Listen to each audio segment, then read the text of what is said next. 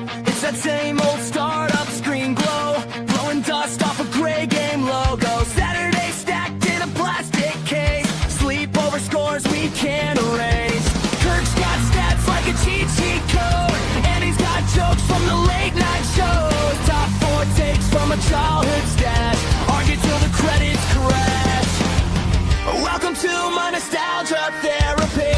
Top 4 reasons I still feel 16. Pixel hearts and worn out DVDs. Play it back, let it all come clean. Laughing like we never had to leave. Hit subscribe to the Kid and Me.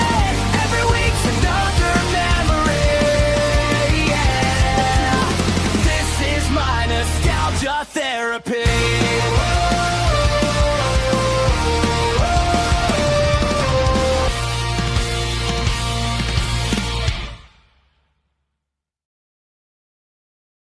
This is the Rushmore Show, where it's all about your top 4 and nothing more. Andy, you are frozen. Hopefully he's having internet issues. He's not at his house. And so we'll kick him off right now.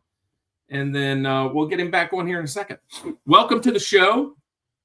This is the Rushmore Show, where it's all about your top 4 and nothing more. See a couple people in the house. Caleb Eisenhower, welcome to the show. We've got your buds on, and the long guy says, let's get it. I believe that's Anthony. Woo! Let's get it. Oh, there you are. There you are. Moving back and forth. Am I here? Am I here? Sorry, guys. You are here, and so welcome to those guys. Welcome to what we like to call the Summit Squad. You're now an official member of the Summit Squad, and you will get your free Blockbuster card in the mail. Just kidding.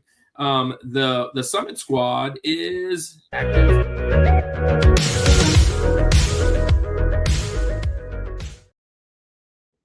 So being a part of the Summit Squad, that just means that you're going to take a little journey with us through nostalgia, and we call it nostalgia therapy. And we are going to have a little fun tonight talking about your top 4. It's always a top 4, right, Andy? Top 4 video games that you wish you could play again for the very first time. This is one of those existential questions where we have to like dig deep into our nostalgia, iconicness of a great game, where we were, who we are. Andy, you're not in your normal place, I can tell, which means you don't have your normal internet, which is okay. You're having some issues on the plumbing, right? Yes. Mm-hmm.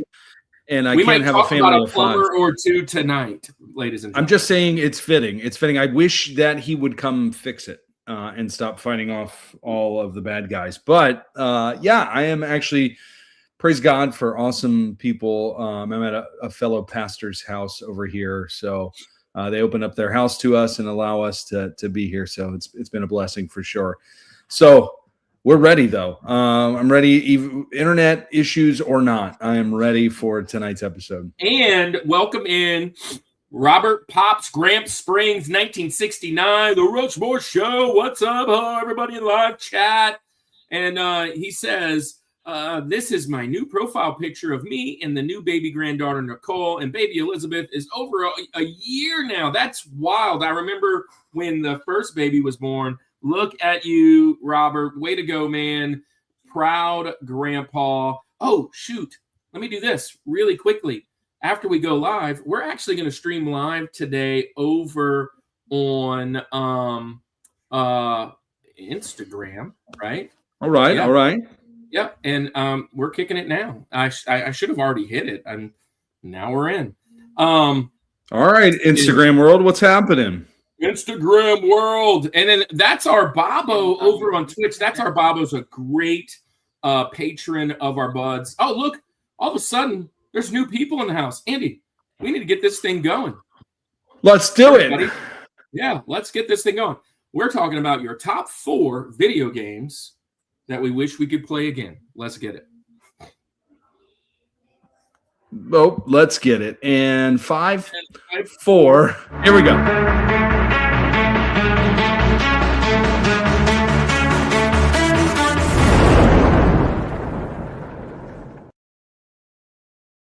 So if you've been around here for a while, this means we're introducing the guest. But while we're introducing the guest, go ahead, hit that like button, because that's the best thing that you can do to help the stream after it goes live, after it's off. If you are hanging out on the Instagram side or the Facebook side or our friends Twitch on the other side, come on over to YouTube sometime today, tomorrow, tonight, and hit the subscribe button if you like the content. We go live every single Thursday unless Jesus comes back or my wife says I have something. Hey, can you imagine just for a moment, like when we're all in heaven, like if we still get to do the Rushmore show from heaven, like the guest list is going to be sick. Awesome. The guest list would be stacked. Hey, so by the way, we got 22 in the chat. The record is 47. Invite your friends. 47. Let's see, 28. Invite your friends. Invite your friends. If you're in the chat, welcome in. Welcome in. Declan's in the house. Aaron Jag's in the house. Where are you from, boys? Well, we're from the southeast of the United States, for the most part. Yep. All four of us, I believe, that are on tonight are the southeast of the United States. Hey, if you are a friend of the channel, I'm going to shoot some moderators out to you guys. If you're not a moderator, that's okay. If you become a moderator, that means you can share your channel and you can kick out people that we don't want around here. Just kidding. So, I'm from Iran or nice. Iran. And Iran. Welcome in. Iran so far away. Iran is so far away. Yeah, it is far away. Actually, I spent a little time right on the border of Iran back in 2004. Andy, did you know that? I did know that. I did know that. Yeah, you did know that. That's when I was in Operation Desert Shield. No, Desert Iraqi Freedom. Iraqi Freedom. That's what that was. Is he saying? Is Aaron saying he's from the University of North Carolina, or is he calling you an unk? Who knows? We'll ask him when he gets. We'll ask him when we bring him on. It is what it is. We'll ask him when he comes on. Hey, so if you guys are out there, we're gonna get our friends out. First and foremost, let's invite to the show. He was a student of mine. He's now a great friend of ours, a great friend of the channel. This is his third or fourth time coming on. He's always welcome, always great for a good conversation.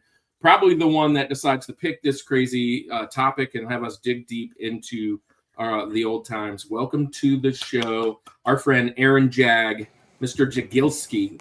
What up, friends and family? Boom. Ooh, I got applause. Oh, thank you. And let's welcome to the show our his buddy, his friend. Now let me say how this happened. Definitely the university. Let's the University of North Carolina. Yeah. Yep. So let's kind of share how I met this other guest.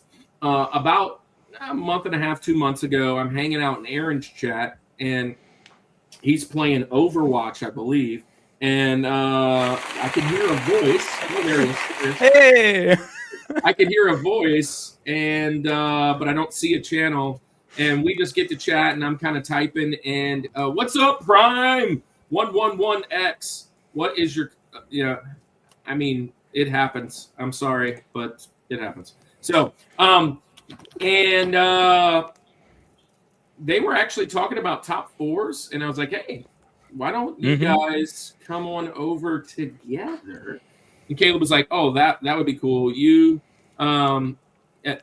in explore Iranian. I don't know what that means, but I love Iranian people. I love all people. So I don't know what you're asking, but anyways, but welcome to the channel, user NT3UM5GC1X. So, nice. Yeah. So Caleb was in the chat. Or no, Caleb was actually playing, and I was in the chat. And we're like, hey, why don't you come on? And then we just had to figure out a date. We figured out video games. Boom, nailed it here.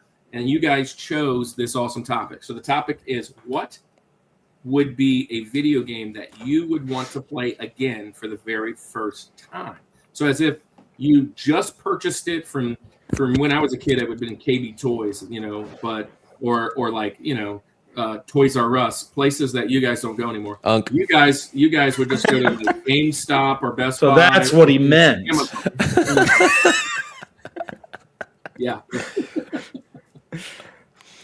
Nope, not the University of North Carolina. It's hard to disappoint. Unk status achieved. Yeah. What is your favorite movie of all time? Favorite movie of all time?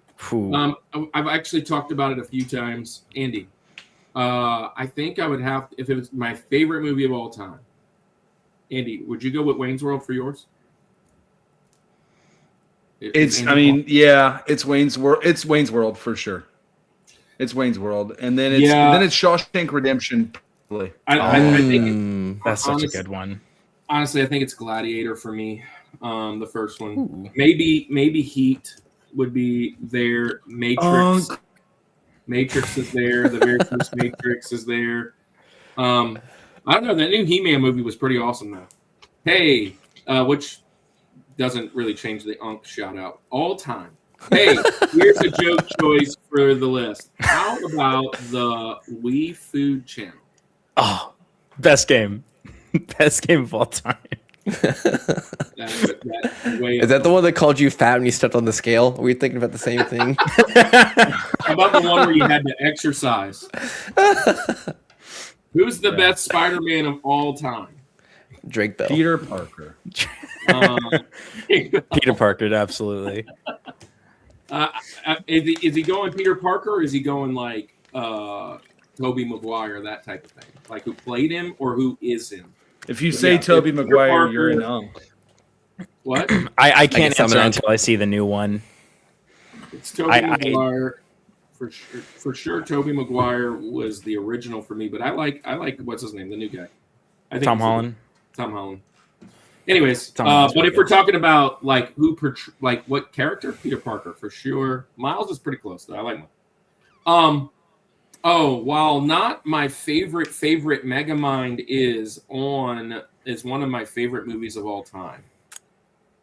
Is there an all of the above for Spider-Man? Yeah, I get that. Tobey Maguire is a legend. Andrew Garfield, not bad. Tom Holland is a pretty boy. I don't believe he is a Spider-Man.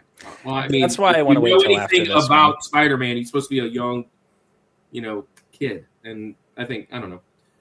He just fits the best. Anyways, let's get in the show. Anyway, let's talk about games we want to play. Aaron, you're first tonight. Heck yeah. Since you're first, Caleb, can you share your corner of the internet and tell everybody what is going on over on your Twitch? What's going on in the world of gaming? What's going on just on your Instagram or whatever? I don't care. Share what you want people to come and follow and find you, and then we're going to get started with Aaron. My name is Caleb Jarvis. I'm a huge gamer, have been my whole life. Whenever I do stream, it's on twitch.tv/KaleGames. It's just Caleb without the B. That's a little nickname that I've had my whole life, so it kind of seeped its way. I'm Kale on everything, whether it's PlayStation or PC or Switch. I'm always Kale. I play Overwatch. I play a lot of Overwatch. I've been playing that game for almost a decade at this point. I played in college as well, and so even though I have a bittersweet relationship with Overwatch, I still play it a lot, and I'll play it on stream as well. I just played a little bit of Portal Revolution, the community-made mod, last night. I actually did a bit of an impromptu late-night stream, but as of today, I'm just really excited to get into this. I love things like this, just being able to have conversations and talk about games, and it's just a great way to bring everybody. Well, welcome in, and if you enjoy it enough, you're definitely welcome back. We've now, I don't know the number, but we've had probably close to 150 or so people on. That's not a flex. It's just kind of showing where we're going.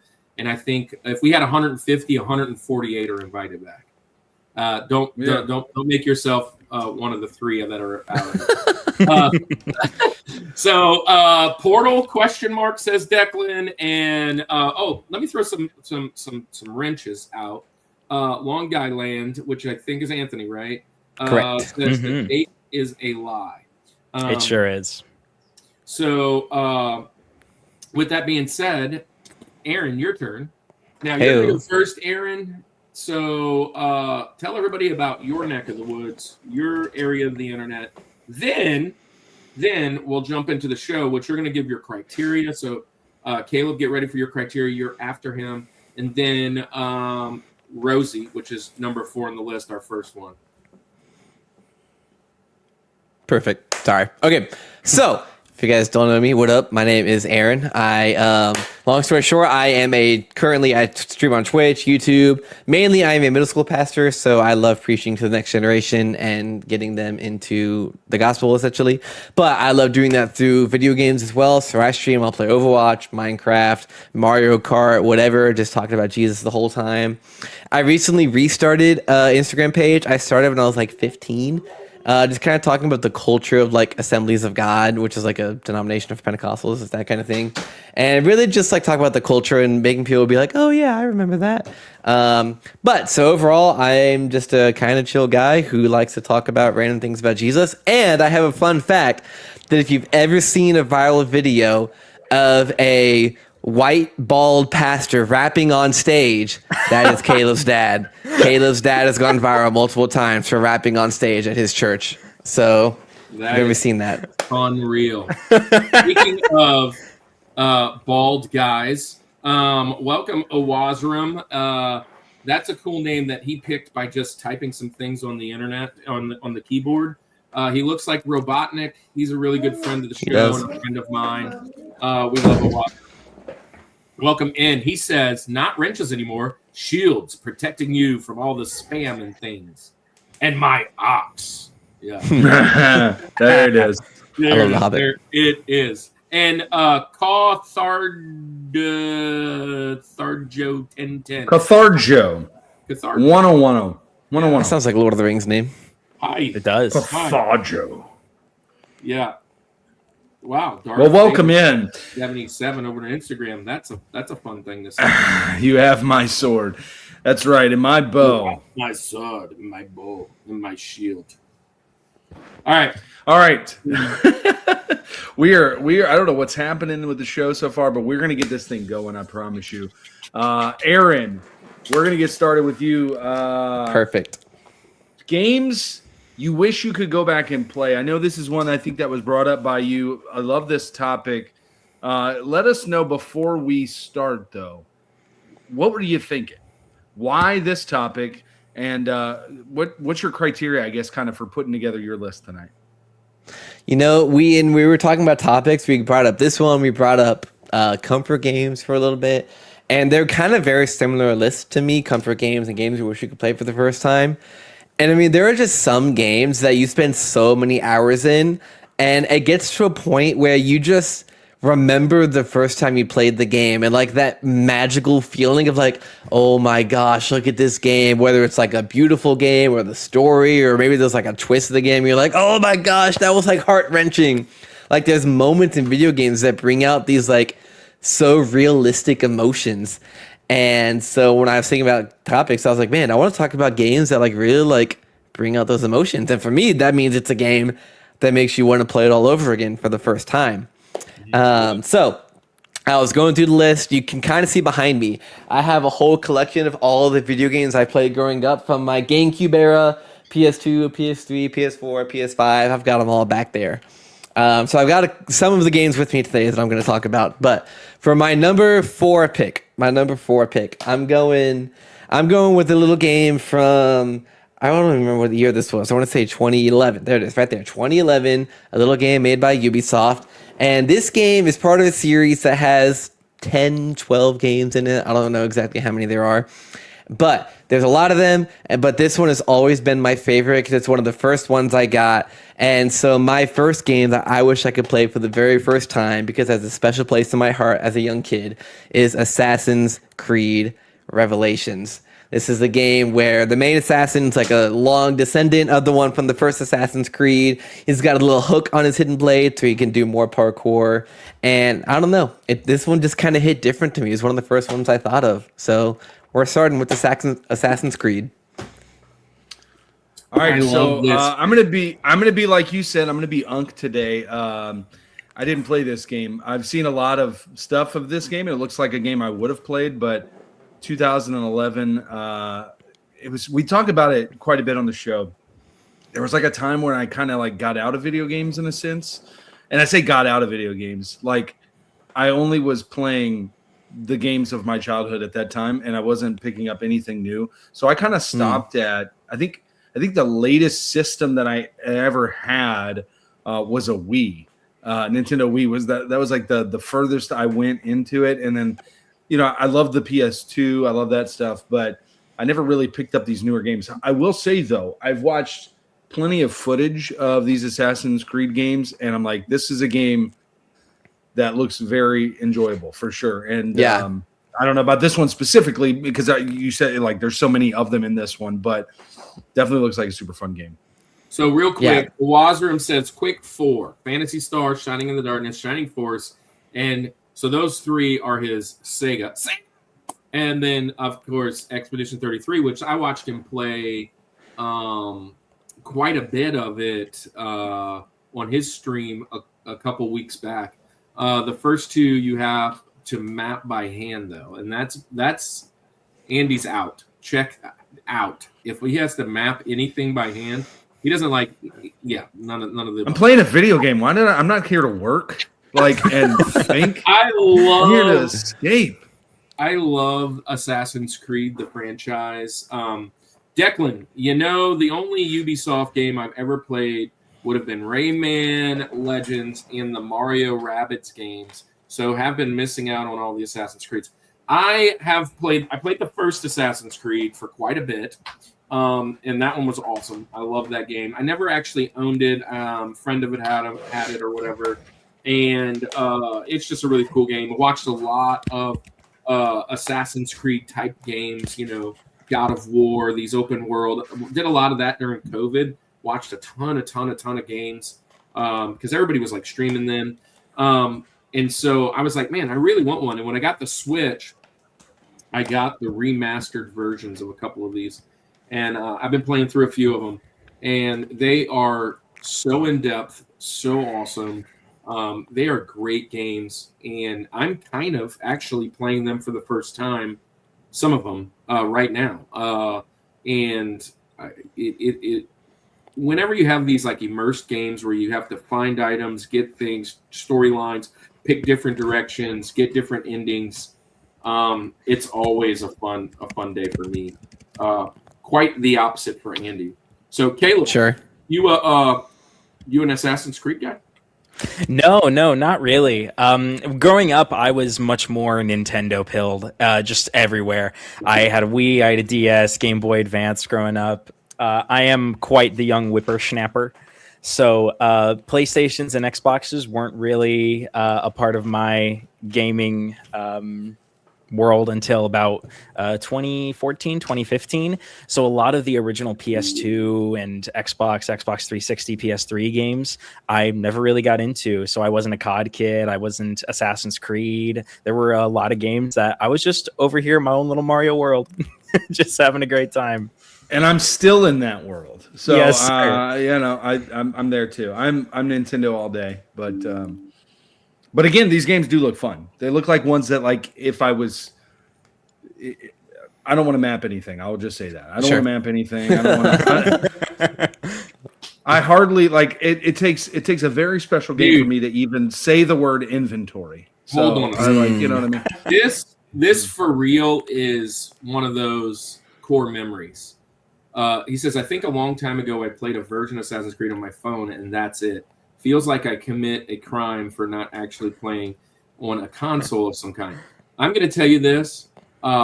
When Assassin's Creed first came out, they did do a mobile version. It was a very short, like 3-level type game. I played that game, and I loved it so much. And I have tried to find that exact version for years. Like every once in a while it comes up, I'll like go and I'll find something, but it's not that same exact game. That game was so much fun. It was kind of Prince of Persia-esque, like the old Nintendo version. And, like a side scroller? Yeah, it's like kind of a side scroller. It wasn't like full open world. And dude, it was such a great game. But that was like that was way unk days. That was a long time ago. I don't remember when it was. I mean, it was probably when Assassin's Creed first came out. So whatever that may be. But hey, Caleb, let's jump into yours. So criteria, and then go into your number 4. We call him Rosie for Roosevelt. Roosevelt, we consider arbitrarily as the 4th best president on the mountain. So I think it's universally agreed upon. Is it? I think Yeah. so. So there you go. Dude, I wholeheartedly agree, says Declan. Declan, thanks for being here. It's been a while since I've seen you, man. Thanks for being here, man. Well, sure, absolutely. So the criteria that I thought of was if this were to actually happen, how would it be? So if I had the pick to pick a video game in my current state, in 2026 version of me, I could just pick to erase every memory I have of that game, whether it was a memory I saw of someone else playing it or me playing it, just erase it and play it again with no knowledge going into it. So I didn't have the idea of, if I like put myself back in my kid's self to play it, because that kind of changed my answers. I love going back and revisiting some old games on the Wii, but every time I do, I realize how amazing technological advancements are, especially when it comes to things like input lag for controllers. So when I was making this list, I was thinking, with my cursed knowledge that I have of PlayStation 5 and PC quality games, what would I really want to play again fully? So a lot of my choices are mainly on the story. And for my first pick here, I gotta say, I love this game with every fiber of my being. I wish more happened with this game and that they did more with it. But unfortunately, it's kind of stuck in the early 2010s. And we might never see a sequel. I really, really hope we do. The cake may be a lie, but what is the truth is my pick, and it is Portal 2. 100%. It's not even close. When I first thought of this category and heard this category was going to be happening, Portal 2 was my immediate instinct pick. I love Portal 2 so much, and the fact is that it's a puzzle game. So when you replay it, you can only replay it so many times where it's like, all right, yeah, you got to put the portal there, put the gel there, and you know how to solve all the test chambers. So if I had the opportunity to go back in and I don't know how any of the test chambers and I have to once again wrestle with my own brain for 3 hours on a single room, I'm ready. And of course, the plot twists, the numerous plot twists in that game, the big one halfway through, there's a twist villain. We probably passed the statute of limitations on spoilers for Portal 2, but for anyone who hasn't played it, you gotta play it. It's so good. I love Portal. I'm waiting for Portal 3. I'm waiting for Portal 3. So I love this pick because I know what a staple video game this is for the community. What was GLaDOS was mentioned in our villains show, but I haven't played any of the Portals. Not because I haven't wanted to. I just never had an opportunity, never purchased them. But they are widely considered some of the best video games out there in its genre. And so I love that you mentioned that it's a kind of a puzzle game, so you have to kind of figure out certain things.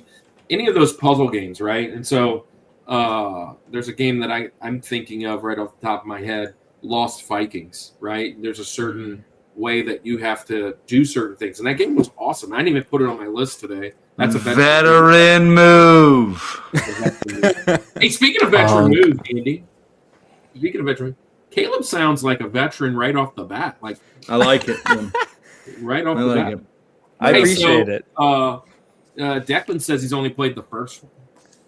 Oh, dude. And Andy, I'm pretty sure Andy's maybe not even heard of it. I will tell you all that I know. That's it. He doesn't know anything. He went through a portal. Everything. The only thing I know about Portal is that my favorite Mexican restaurant growing up was called El Portal, and it was right down the street. It's actually believe it or not, probably El Portal. Where me and my wife and I had our first date at El Portal. So there you go. Oh, really? That's fun. And that's it. So you know nothing about the game? It's a game? I didn't know. Yeah, I will say that. No. And I'll say this. It's been brought up. It's been brought up a lot in the show after with doing this stuff because it's a Speaking of portals, game. Your beards went through a portal. I've literally never played this game at all. I'm going to be way more of an unk than Kirk today and Kirk's got 10 years on me. But when it comes to video games, I said it before, like there's an ending point for me, and everything that's happened since then, I have no idea about. So it just is what it's where I'm at. It's where I'm at. One like when you said love. Sorry, I was just saying the thing I love about Portal is that Portal 1 is shockingly short. So if you get Portal 1, it's like 2 hours. Yeah, at the most, honestly. And if you like it, then you have a reason to go to the, honestly, what would you say, Aaron? 4 or 5 times longer is Portal 2 than Portal 1? Yeah. So you gotta try it. You gotta try it, man. My favorite part about Portal is that there's a song in one of the games. It's on a Rock Band, and it's the slowest song in the world. But it's so fun to play on Rock Band, hearing a robot sing for 2-3 minutes. I didn't know that was on Rock Band. It is. That's Long crazy. guy, Anthony says, my picks in no particular order. Well, that's not fun. You're supposed to put them in order. Anyways, Titanfall, Subnautica. Andy, have I ever told you about... and I didn't shout him out earlier. I saw him. Mariano, if you're still here, hello, my friend. Mariano is a old student of mine. So, but there's another student that I kind of mentored, Andy, who whenever he would get in trouble, we would go take a walk, and all he would talk about was Subnautica. I'd be like, "What are you playing nowadays?" I think this is my first time hearing about that game. So yeah, it's like a underwater island. Well, makes sense by the title. Yeah. Elden Ring and Lego Star Wars on the Wii. Now I can get down on the Lego. I can get behind some Lego anything. Yeah, so Portal. Aaron, what you know about Portal? I've played the first one multiple times. I played the second one only once or twice. A couple years ago, like maybe 2 or 3, the community came out and they put out like Portal RTX. There was Portal with like ray tracing and all this kind of stuff. And I opened it, and then my computer crashed and wouldn't turn on for 7 hours. So I had to spend literally stayed until 4 a.m. trying to fix my computer after Portal crashed it into death. It sounds like a computer. So I haven't touched Portal. Yeah, so I haven't touched Portal since that day because I'm scared it's gonna destroy my computer again. But I love the puzzles of it. I love puzzles. I'm a good puzzle guy, and sometimes speaking in English is a puzzle for me. So any puzzle is fun. Yeah. Well, that's a good pick. Is it the credits song? Declan says. It is. Which one is it? Want You Gone, or is it? I don't even remember. Oh shoot, I forget what the first one's called. Every game we'll has have a to credit use song. Google and figure it out. All right, well, I'll jump in. Andy, I am shockingly old, and I'm going to go with old games, most of them. I'm a 90s guy, 80s guy, 80, 90 guy, and 80s is my go-to first system I got, Saturday morning cartoons. After that, we go outside. Then you have the sleepover later that night. All the friends come over and we're playing a game. That was kind of our 80s weekend, every weekend. And then 90s, that's high school, a little bit better systems, PlayStation, Nintendo 64, GameCubes, all those get introduced in that 90s range. And I'm going to go with games very much like our 2 previous guests. One, the story, either the story of the game or the story of the memory needs to be important today, which we are doing game memories later in the year. So I'm trying not to give away too many of those memories, but most of these are going to be games that have either a twist or some kind of story that you need to know, or B, some kind of mechanic or whatever that really is needed to figure it out, And so I thought really hard about a bunch of these games, and this is a fun topic. So thanks for picking this, guys. My first one, I'm going to go, let's see, what year was this came out? I have my notes. This year. 1652. Back in the 1900s. 1996-ish. So I was a senior. In 96. Does that make you guys feel young? So I was in 1996 when I graduated. This came out around then. I'm going PlayStation 1 for the very first game. And what I loved most about this game was it was one of the first times that I can remember playing a game where you can get your controller to rumble, and there are just some nuances with the music or the space of that game that brings a extra level of tension. And of course, I'm going with the action horror game, right? I'm going with my very first Resident Good Evil. pick. I'm going with Resident Evil. Like, That's a great pick. Listen, this is like the director's cut. This is my original copy. I probably had a 96, 97. But Metal Gear Solid. Hey, Stroke Look in at the Brendan. house. Look at Brendan. Brendan, we're gonna have you on the show one of these days. Metal Gear Solid 1 is a fantastic game, but and you might actually hear it tonight. But one of the things I loved about this game, one, was the twists and turns. Right? Yeah, the statute of limitations. I think it's way past on this one as well, Caleb. But you find out how really of a bad dude Wesker is, and it goes on for what I think they're in Resident Evil like 14 now or something. I don't know. They got a crazy tall, big broad chasing you now, and all kinds of craziness. But listen, this game, the very first opening scene, which is this kind of being reenacted, when you go into the house, you're being chased. You feel that tension. You come in and you make that first turn into the room, and you see this zombie just ripping apart like a human or whatever, right? And I can remember, like, I've never seen this in a video game, right? And I don't really love horror movies or anything now, but back then I did kind of dig that. You know, with young kids, you kind of get into that, and it's the very first time. And then your controller's kind of shaking, you're getting a little rumble, and then you make your way out and you go down the hall, and the freaking dog that jumps through and scares the crud out of you. Like, you can't be scared on that dog anymore, right? Like, he's going to jump out that window. The sharks, the snakes, the whatever, fighting Tyrant. There's so many different things that happen in this game that the story, finding all the items, where the items are. I remember like having a really tough time. You get stuck, right? And you're like, what do we do? And back then, right, way back in the 1900s, you know, this is the time internet's kind of starting, doing that kind of jazz. You had to get, which, matter of fact, it's right there, my Resident Evil strategy guide, right?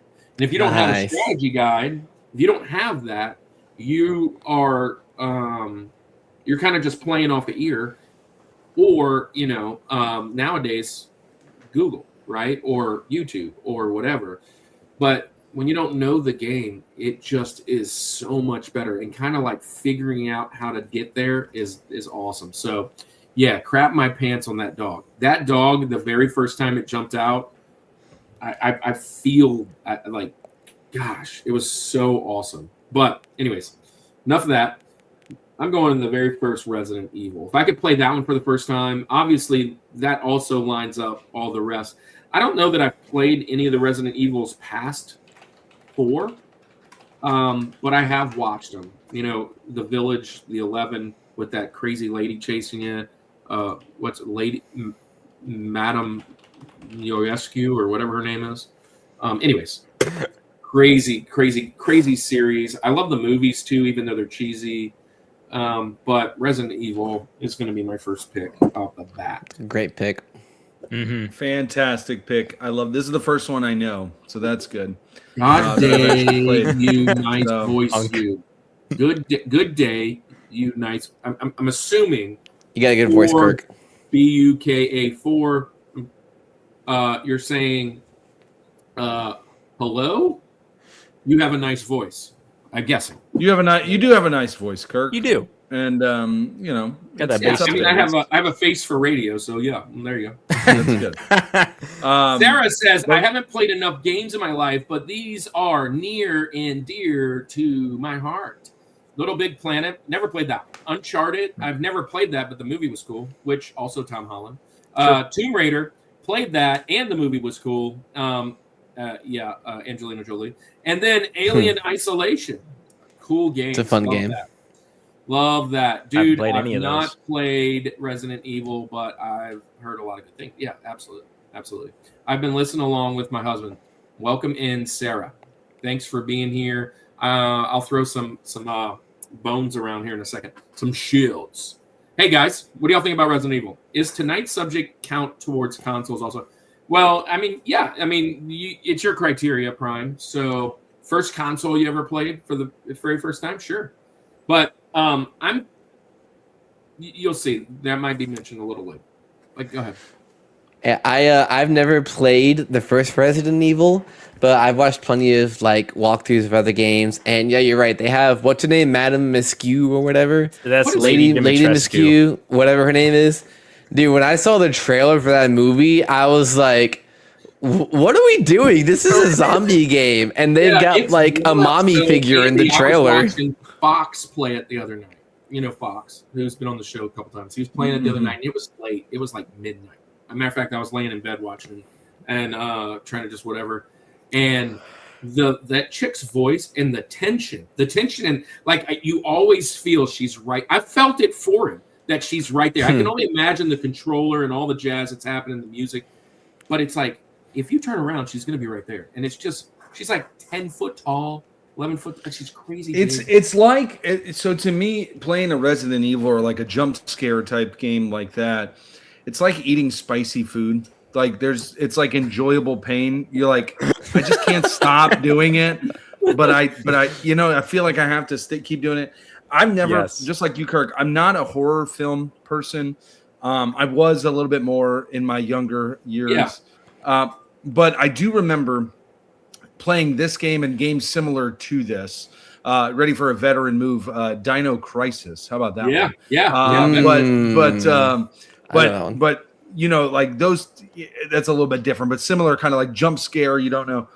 But I remember playing that, and it was always, we were playing it late at night with all the lights off, and you wanted the full effect of everything. And I think that is something that is so cool with the game, is that it's, in a sense, it's multi-sensory like that. Like it's getting you, like you said, you feel that character.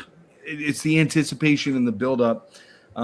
This is a great game. This is a really good one, and I can imagine playing it again for the first time, not knowing, what's about to happen. I mean, playing Resident Evil. Comment. He says, "I loved the roaming mechanic with a lot of the Resident Evil enemies. You're basically never safe." Yeah. So sometimes like you can figure out the pattern of like certain games, right? And what's really cool is like in these games, they kind of have an AI to them. Like when you get out of the norm, that it just recorrects, and you just like every turn you're like, is he going to be there? Is he going to be? What's going on? Now in this first one, it didn't really happen so much like that, but it grew. So like the one I think he's kind of talking about, like that village one with this lady, this chick, man. Like you're constantly running from her. And you're like, you duck in and you're out, and you're like, oh, good. Now I'm up on the top of a building, and all of a sudden, boom, she comes out of the building. Like, it's like, what the heck? I thought I finally got away from this chick. And like the whole time you're running. It's like, it's wild. But yeah, that's a good comment. Prime says, for the games, Road Blasters, Mortal Kombat 2, ooh, a fighting game. Okay.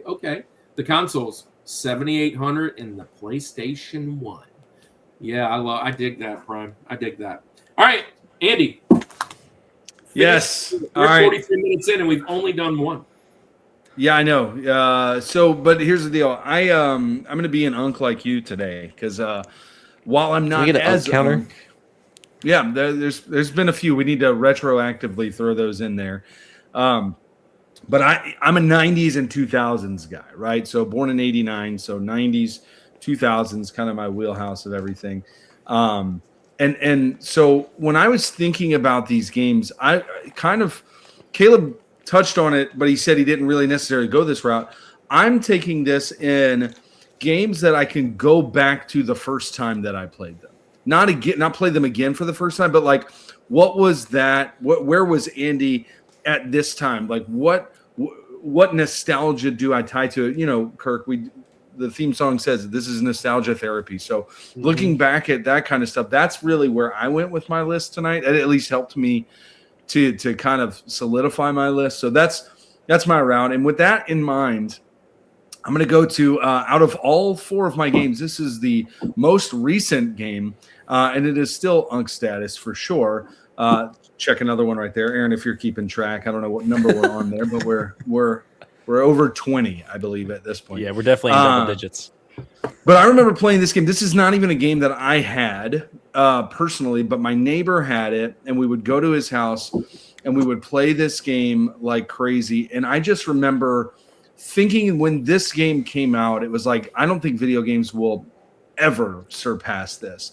And to some degree, I'm not saying it hasn't surpassed it.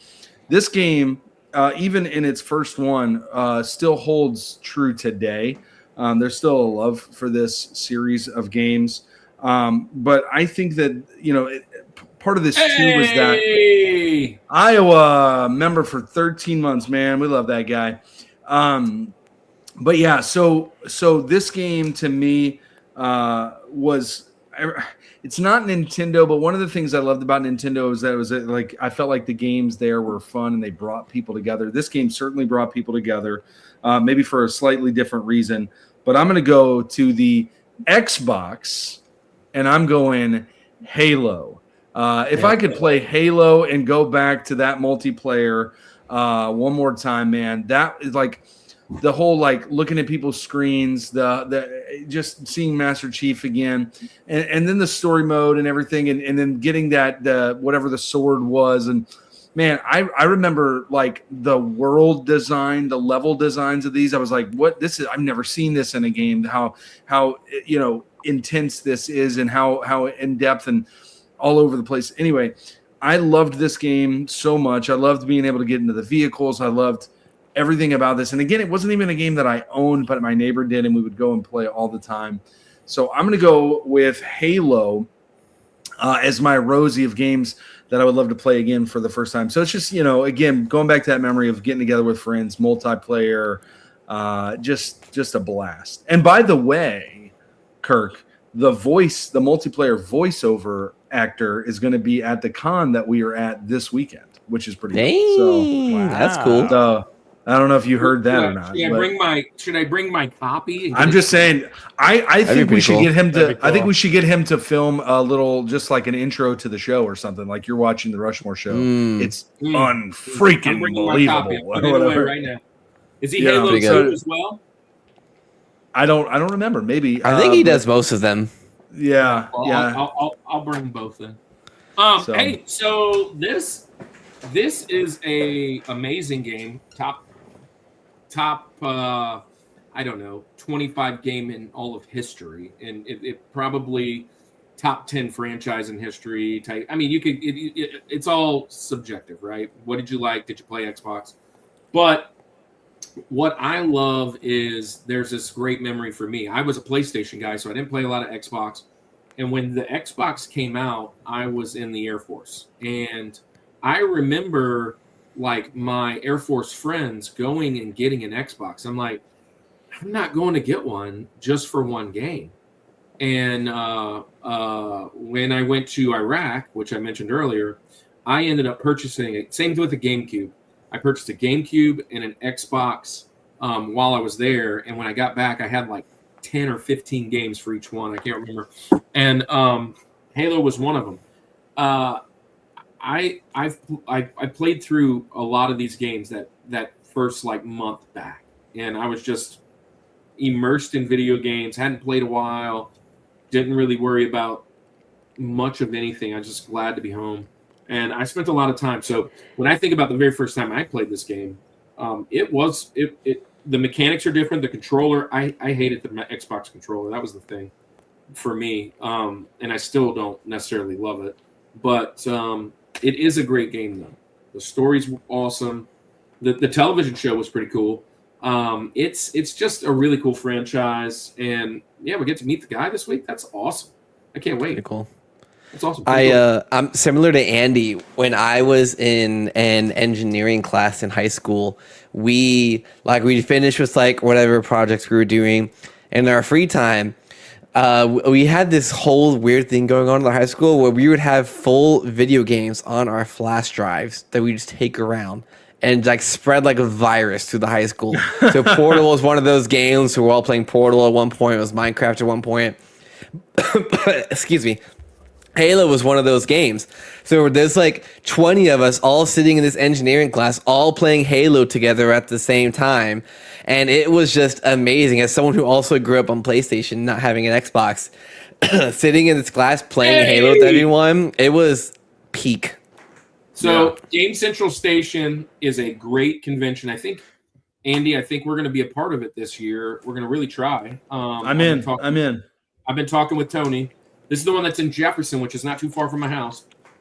But Tony's on the show in a couple weeks, maybe next week or the week after. And Shane is the other guy that's a part of it. He was trying to be on, but he couldn't. So I don't know which one this is. I'm pretty sure it's probably Tony, but maybe it's Shane. I don't know. OG Xbox controller fits so perfect in my hand as a kid.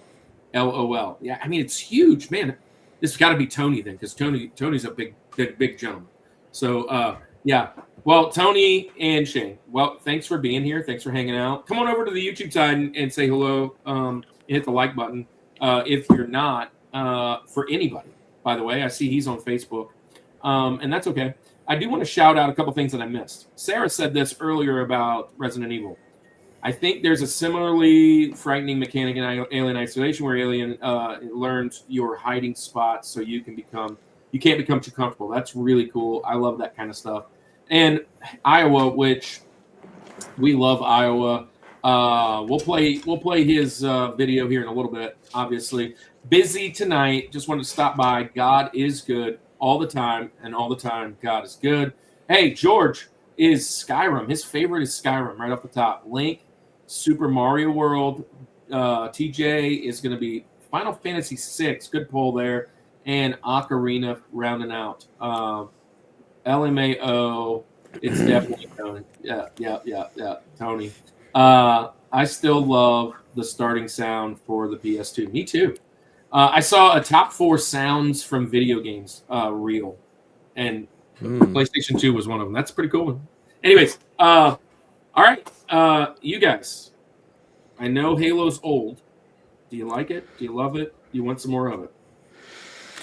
I like it. I've played Halo Infinite. I have a lot of memories as a kid playing with my cousin. We played. I gotta say this one time.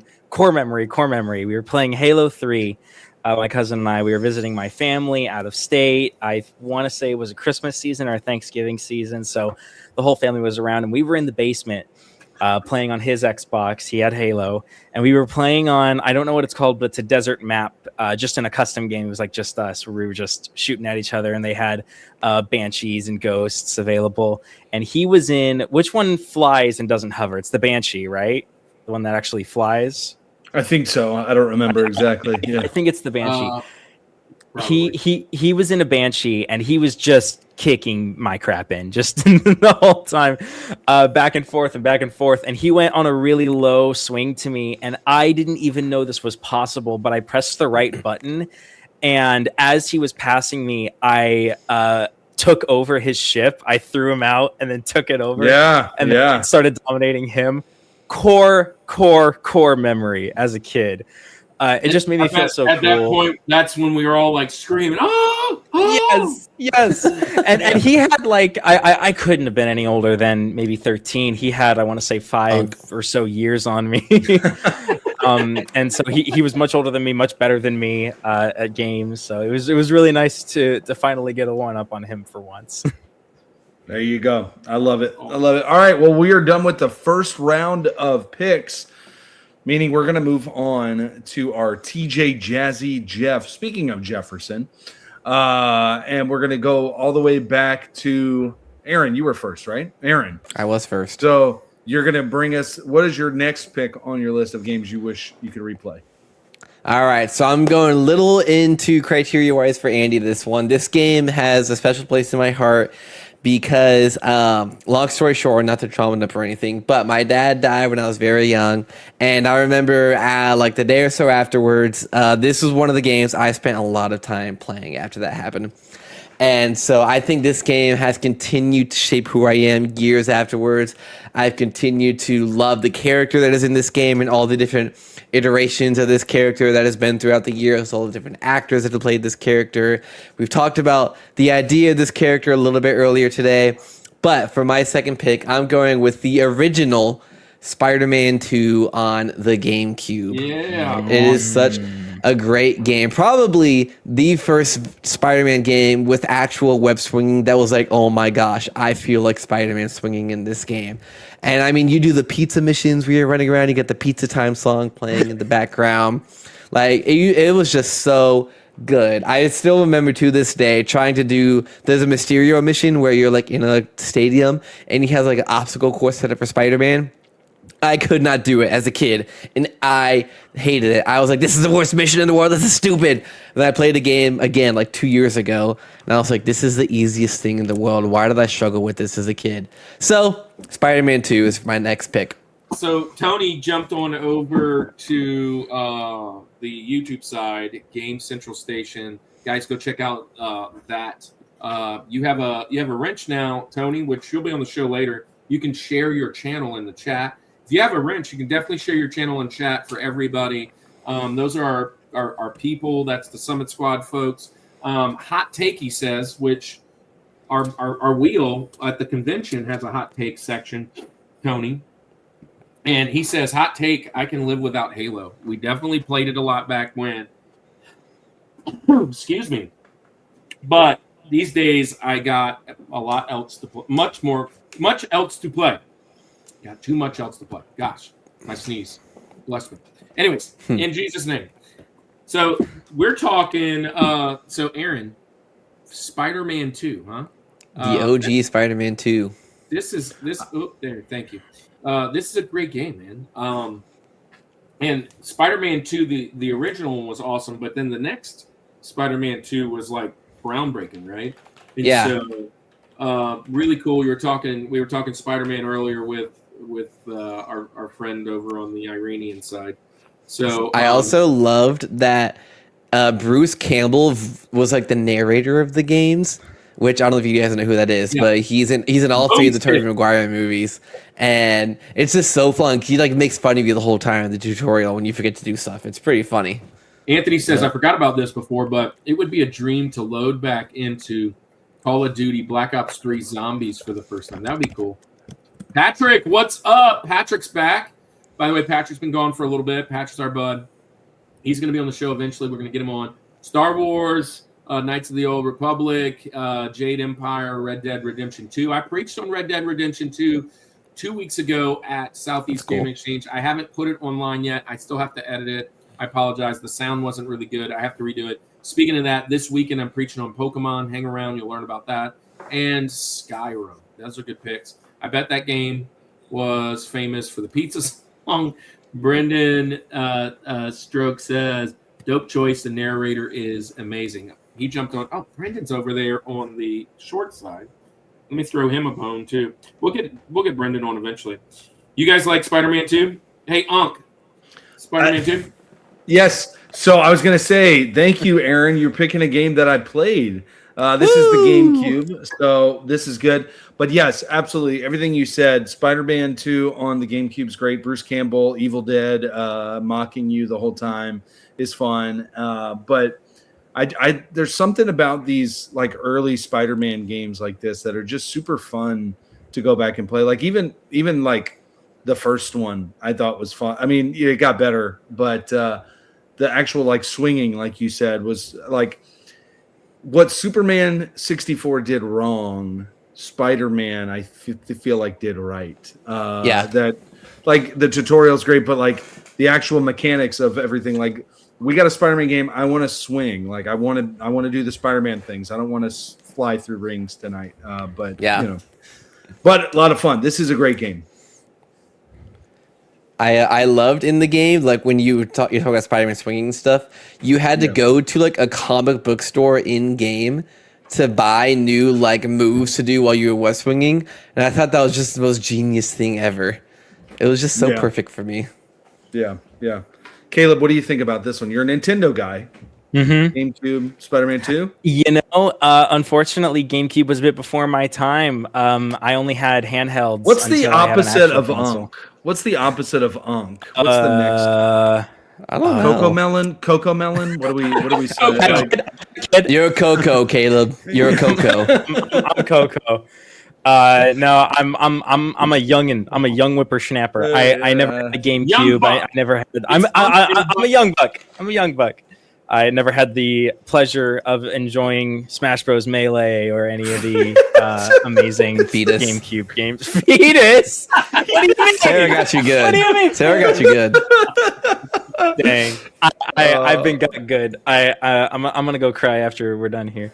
No, but, I gotta say, Spider-Man 2. I've seen clips of it. That song is ingrained in my head, even though I never played it. The Pizza Time song it's a classic. You can't get any better than that. I'm more of a fan of the most recent Spider-Man 2. Love that game, but the OG one's good too. Hey, this one couldn't exist without the OG. Okay, the OG was the groundwork for this one. yeah, there you go. It's good stuff, Respect. man. It literally is the guy who built the West Winging in the new Spider-Man games. Talked to the designer of the original Spider-Man games on how they built the West Winging, Really? I didn't and he know helped that. to like build it from the ground up. Oh, that's sick. It's pretty cool. There you go. There So you go. I've Caleb, 100%ed. Caleb, what's your TJ? What's your number 2? Oh, my number 2. It's gonna be niche. I'd be shocked if any of you have heard of this game. But this game came out, I want to say, in the mid 2010s. Didn't hear of it. It's pretty recent. This game it might just be the most unique game I've ever played. I've never seen another game do this before, and so I'm gonna get right into it. It's this one. The Invisible Hours. Is that backwards? It might be backwards. No, No, it's good. It's not. Let's go. The Invisible Hours. For, if you might see, for the PlayStation VR, this is not a normal console game. Although I do want to say they came out with a 2D flat screen version, but it's in VR. And the best way I can explain this game is it is an open world movie, and I mean that in every sense of the word. It takes place on an island in the late 1800s, early 1900s. You guys should know that well. Hey, in that time zone, it's a murder mystery. Nikola Tesla is murdered, and there are suspects and a detective, and it's your classic murder mystery. But the best part is that it takes place on this island at this mansion of Nikola Tesla, and you can go wherever you want. And the story takes place over these chapters. You start out following the detective at the dock, and then you can follow him into the mansion. He discovers the body, and then characters will go off in different directions. So you're like, whoa, that guy was kind of interesting. What's he up to? And you can follow him, and he has a conversation with some other guy about there is a butler. There is a butler in the game. The butler's actually blind. And that you can follow different parts of the story. One thing I love about this game, right? It's always the butler. One thing I love about this game is that every character has their own timeline that you can look at. So every character has a color code. For example, the butler is green, and you can see their entire timeline from beginning to end, but there's this little blank space here. And you're like, oh, so that's a part of his story that I haven't seen yet. So, well, let me go to right before that moment, and you find him, and you go, yeah, I left him here. And then if you follow him through the hallways, he'll go through like a secret room that you didn't even know was there. No. Hey, maybe he wasn't a millionaire. It was a long time ago. Maybe he didn't have that much money. But there are twists. There are twists. There are turns. And this game, there's a huge twist at the very end, which upends everything you know about the game. If some character has like a knife and he's in a standoff with another character, you can like walk over and just pick up the knife and look at it. It's because it's VR. So you can pick up items that characters use, and you can see their story. I'm telling you, this game is the quintessential plot twist game. No one I've talked to has ever heard of it. And this game I loved from start to finish, and I've never played since because it's a murder mystery. So if you know the thing, whatever.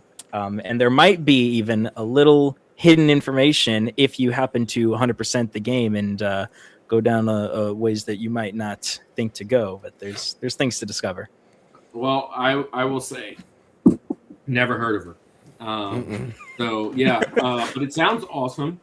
I like mysteries. I do like that trope of storytelling. But you're right. Like a lot of the television shows, like Andy watches, the same show over and over again. When you watch a mystery or whatever, and you already know the killer, or know the end, or you know the story, how it's like, I'm not going to watch that again. But I do love this, so I can see why you wouldn't rewatch. I stopped playing video games like after PS2, except for Wii and Switch, and that was because it was like the family system.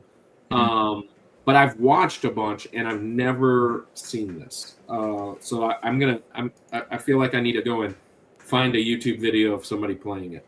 It's pretty obscure. It's made by I think a Spanish company who made it, called Tequila. What's the name Works. of it again? The Invisible Hours. Right here.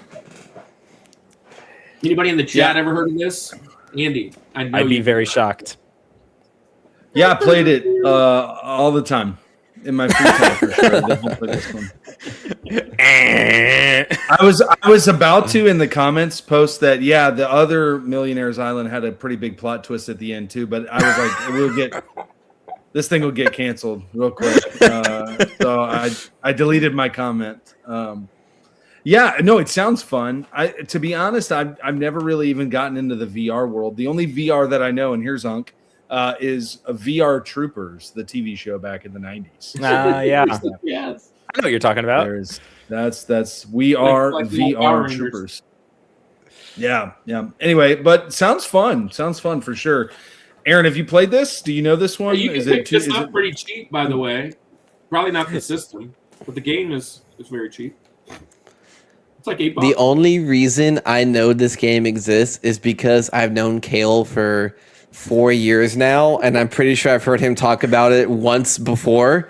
Probably like 2 a.m. in the dorm at some point, and that's about it. That's the only knowledge I have of this game. Madman ramblings, and I just won't shut up. Sounds about right. It's common for me. Well, there you go. So, all right. Well, that's way to really educate us. quickly, So if you type in The Invisible Hours, there are like 4 or 5 like them selling the game. But then when you scroll down just a little bit, it's all like books of spells and witchcraft and magic. Really? Yeah. I've never heard of this. Light magic, dark limits, candle magic, witchcraft, the mysterious book of magic. Interesting. I might have to give it a play whenever I get a new / used PS4 for myself. Laugh out loud. Can confirm nobody has ever heard of the Butler game. Well, that's okay. I can be in my little corner. Hey, so that's good. I mentioned things that have never been heard of as well, Caleb, except most of the people are too young to know. That's why. When I mention the things. All the things. And I guess it's my turn. yes. All right. I should save this for next round, right, Andy? Which that kind of leads in. If anybody's been around, I know what we're doing here. if Well, anybody's which one? been here, you know where I'm going. But it's top 2 franchise all time. I wouldn't go with number 1 because it's just not a lot of mystery / there's not a lot of puzzles. There's not a lot of whatever. Number 2 always gets a bad rap. Really fun game. But I'm going to go with number 3 is Iteration for the Super Nintendo. Again, I should probably save this for Link because I am definitely going with a Link to the Past. And there she is. My old John Hancock written right there on it. Wow. That's my copy. But listen, I'm a Zelda guy. There is I could do almost every game in the franchise. I've seen Ocarina in the chat. It might get mentioned later. But you could do several of them. The new Switch version, some of the old Game Boy, whatever. To me, dungeon crawling and the like going into and finding the different things, both sides. This was the very it's Herbie. This is the very first one that I remember kind of feeling that adventure a little more in depth, and just a really great game. It is my favorite Zelda game of all time. There's probably more nostalgia attached to it than it being the best game. There are some errors, but if I'm going to go back to a game that I know I'm going to spend a couple hours in, I would love to play this for the very first time, mainly because it was one of the first Super Nintendo games I got. The time that we were going in, seeing the graphics on this. Again, Caleb mentioned kind of eliminating all the idea of the knowledge that you have of what games look like today. The Breath of the Wilds, right? This is, or the Tears of the Kingdom, or wherever you go. This was cutting art, right? Cutting technology with graphics, design, dungeons, hints, tricks, where to find this, use the whistle, do that, and you just got really immersed into the game. I'm going with A Link to the Past for my number 2 on my list today for pick number 3. That's like taking I don't even know what I'm trying to say here. So I'm gonna unk on that one. That's exactly what it is. It's taking a layup. You're taking a layup from half court. It doesn't make sense that you didn't wait until later. But I do like this pick. Should have been the Link. I just feel for Mo Better Blues. This is a great Never pick. Played a Zelda, says Brendan. Number 1, Metal Gear Solid 3, Snake Eater, which is a great game. Got that right over there. This is George. And Sarah says Mario Kart on the first release DS could also be on my list somewhere. Andy loves a good Mario Kart. I do love a good Mario Kart. Yeah. So this is a great pick. You guys, Link to the Past. I mean, I know this franchise. Or any Zelda, I guess, at that matter. Unless I was gonna say, even into your time, like this is not something so unk. Maybe this game is. No, this is definitely not unk. I've never played this one specifically, but I played Wind Waker a lot on my GameCube growing up. I played Wind Waker a lot, so I really enjoyed Wind Waker. So I played Zelda games before. But not this one specifically, so I'd be interested to see how this one plays comparatively, though. That was very Coco of you. Thank you. Gosh, what's the newer one? A Link to Worlds, or A Link Through Worlds, or the newest one is Tears of the Kingdom. No, not Tears of the Kingdom, but it's a Link. Link Between Worlds, isn't it? Between Worlds. Gosh, I always mess it up. Have you ever played Link Between Worlds? Mm-mm. Okay, so that one's a newer version, like from the Game Boy double screen or whatever it was, Advance. It's kind of like part 2 to this. It's kind of like a homage to this style, over top. Very fun game there as well. But if you had played that one, you'd probably see Mario Kart DS, says Declan. Ooh, Caleb, you Zelda guy. Yeah. Coco. You said you were a Nintendo guy, but you're not. Mario. I never got into the Zeldas. Like Skyward Sword, any of those. I had a Switch, and I have a Switch 2 now. Never got into Breath of the Wild or Tears of the Kingdom. I was as Mario could get. Mario Party 8, 9, 10 on the Wii and Wii U. Mario Galaxy, like all those ones. I even had Mario Bros for the DS. That one I really enjoyed as a kid. But Andy Zelda, needs a plumber right now. Anyways, yeah, I do, big time. I'm more than the sword guy. The last time that I went to New Orleans or Louisiana for a camp, Andy, we lost our Switch and all the games. Is that crazy? Like, Oh. Anyway, That hurts. It That hurts. Does hurt. Does hurt. Yeah, like $700, I think, to replace it all. It's Ooh. crazy. Ooh. Just get a Switch 2. No, I've Yeah. thought about it. Yeah. So, Andy, Yes. Link to the Past, and then go into your. Yeah, I love the Link to the Past pick, but I'm going to go to mine. My TJ Jazzy Jeff. This is going to be Caleb. I think you're gonna agree with this one. No, it's definitely not controversial. The reason that I want to go back to this game is because this game was so innovative in what it did and how it changed something. But I think that today we're a little bit spoiled with how far this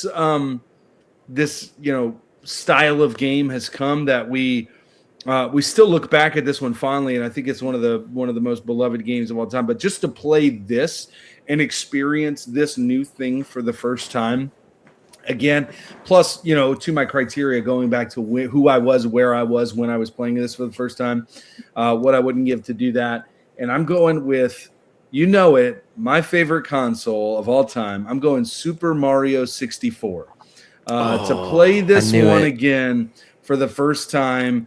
I mean, this is Mario in 3D for the first time. Yeah, were they still figuring it out? Is the camera angle a little janky? Sure, it is. Did you kill the penguin? But we all did. We all threw the baby penguin off. We know it. But anything Pokemon, Lauren, that's what I'm talking about. But we all this game was just fantastic. It was Mario completely reimagined in a 3D world. Almost felt like open world to some degree.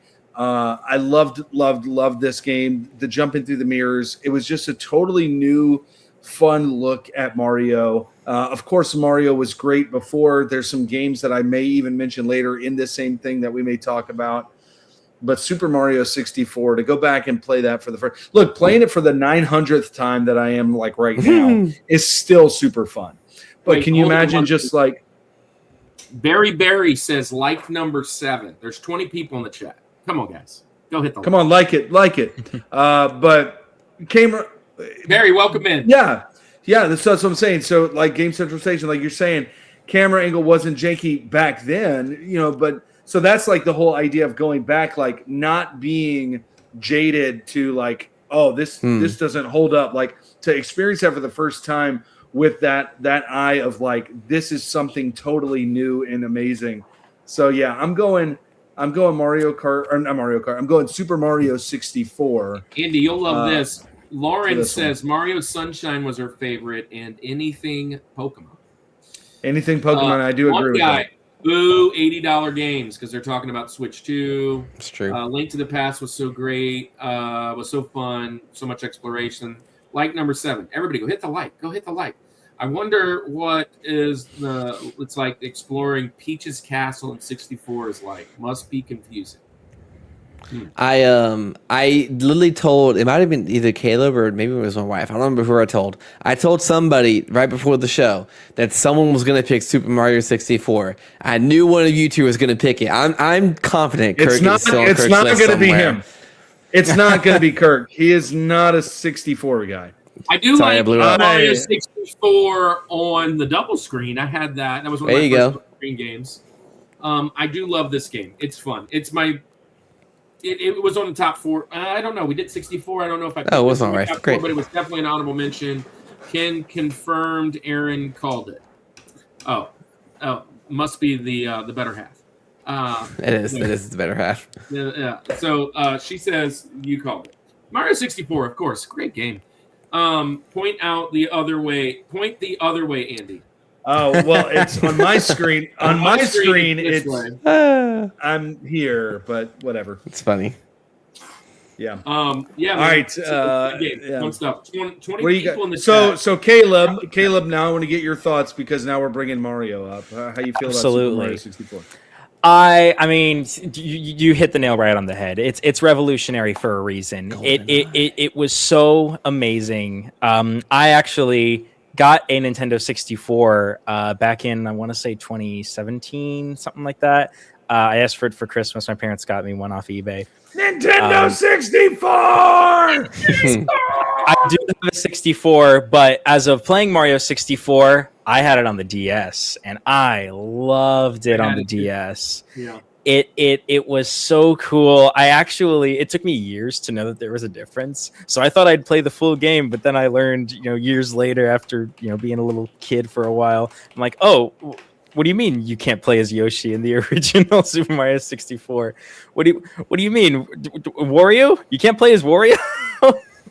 But it's an amazing game. And honestly, I'm a huge I'm not a speedrunner, but I'm into the speedrunning community a lot, and just seeing of what new crazy things people are doing.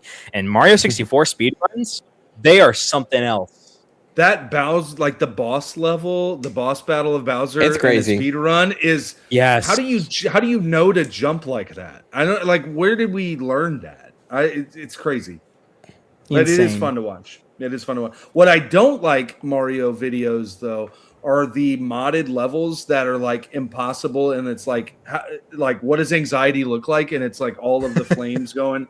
Yeah. And I absolutely hate those videos. But yeah. All right. Well, we're done to the halfway point. Whoa! Living on a Let me just shout this Prayer. out. Living on a prayer. If you have a prayer, Let me request, shout this one out real quick. Lauren said it. N64 rocked. Where is Kevin right now? He needs to hear this. James Bond, GoldenEye music was top tier. Star Fox going through the secret waterfall level. That is what I'm talking about. It's a good one. Yes. I'm a 64 lifer, just so you guys know. those I'm Mario all for Maker it. vids give anxiety, says Tony. Hey, Yeah. so look, let's jump into this real quick. Speaking of living on a prayer, if you have any prayer requests, drop them in the chat. We had one come in from our guy Brandon on the Discord. Brandon, if you go back and watch this and you're seeing this, we're praying for you, man. But you can drop your prayer requests on the Discord. You can drop them in the chat here. You can actually drop them on our website, which I'm sure Andy's going to be pulling up here shortly. On our website, you can drop a prayer request. You can actually get. I would Oh, you pull it can't- up, but every time I pull up another tab on here, it slows me down crazy. Yeah, it slows you down. So look, I'll just do it like this. Do right here. Elmo's World. This widget. Yeah. You This guys little know about widget that, huh? here is our Love that, Coco. QR code to go to our website. Our website is rushmore.reboot.weebly.com, and on there you can get our free devotionals. Both Andy and I have a devotional on there, which I need to drop this week's soon. I've been a couple days late behind. It's been crazy. We just started school. But we are on week 31 of 52. And so you can get the free devotional. Here are a bunch of video game devotionals that Andy and I are kind of, we've had a bunch of these guys on, Hector, Tony. We'd love to have Steven and Ariel, which is them. We kind of model after some of those. Also on there is a Christian creators directory, and it's just a bunch of Christian creators like Caleb, like Aaron, like guys in the chat that you can find to go and follow. They're really good folks. But that's that. Hey, Andy, we're gonna do. I'll do it since it might slow you down. Hey, so let's do our member of the week, which you saw him earlier, Iowa, Zach Schnack. We're going to do Iowa Retro Gamer Dad. Also, shout out to Geek Devotions. They just hit their 10-year anniversary. Come on. That's awesome. But I'm going to show Retro Rewind because we're going to be on their show in a few weeks.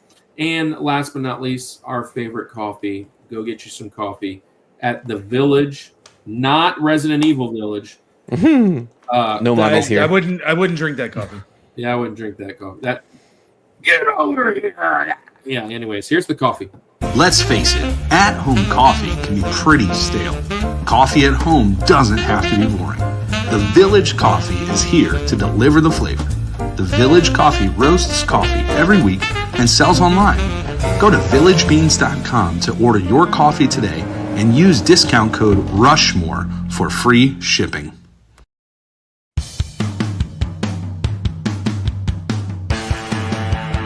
Every other week, join the Retro Rewind Pod as they travel back 15 or more years along the entertainment space-time continuum in their mission to review movies and games, establishing what is still worth your time today. Expect fun banter and trivial insights from Francisco, Paul, and rotating guest hosts who are all out of time. And Iowa. Oh, Iowa. Zach, the Iowa Retro Gamer Dad, brings heart, honesty, and heat to retro gaming, collecting, and pack ripping with his son. From tackling addiction and mental health to calling out scalpers and celebrating nostalgia, this channel is where real talk meets real fun. Follow the journey at youtube.com/@Iowa Retro Gamer Dad. And also follow along on Instagram and Twitch.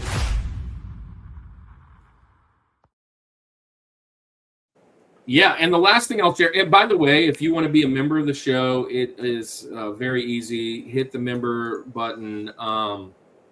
Obviously, super chats and all that junk are welcome, but if you join the member, that all goes towards helping us get to other conventions to share the gospel and what we call Nerd in the Word. And I'm actually doing a Nerd in the Word this week. Prepare to make the jump to light speed. They're getting closer. Oh yeah? Watch this.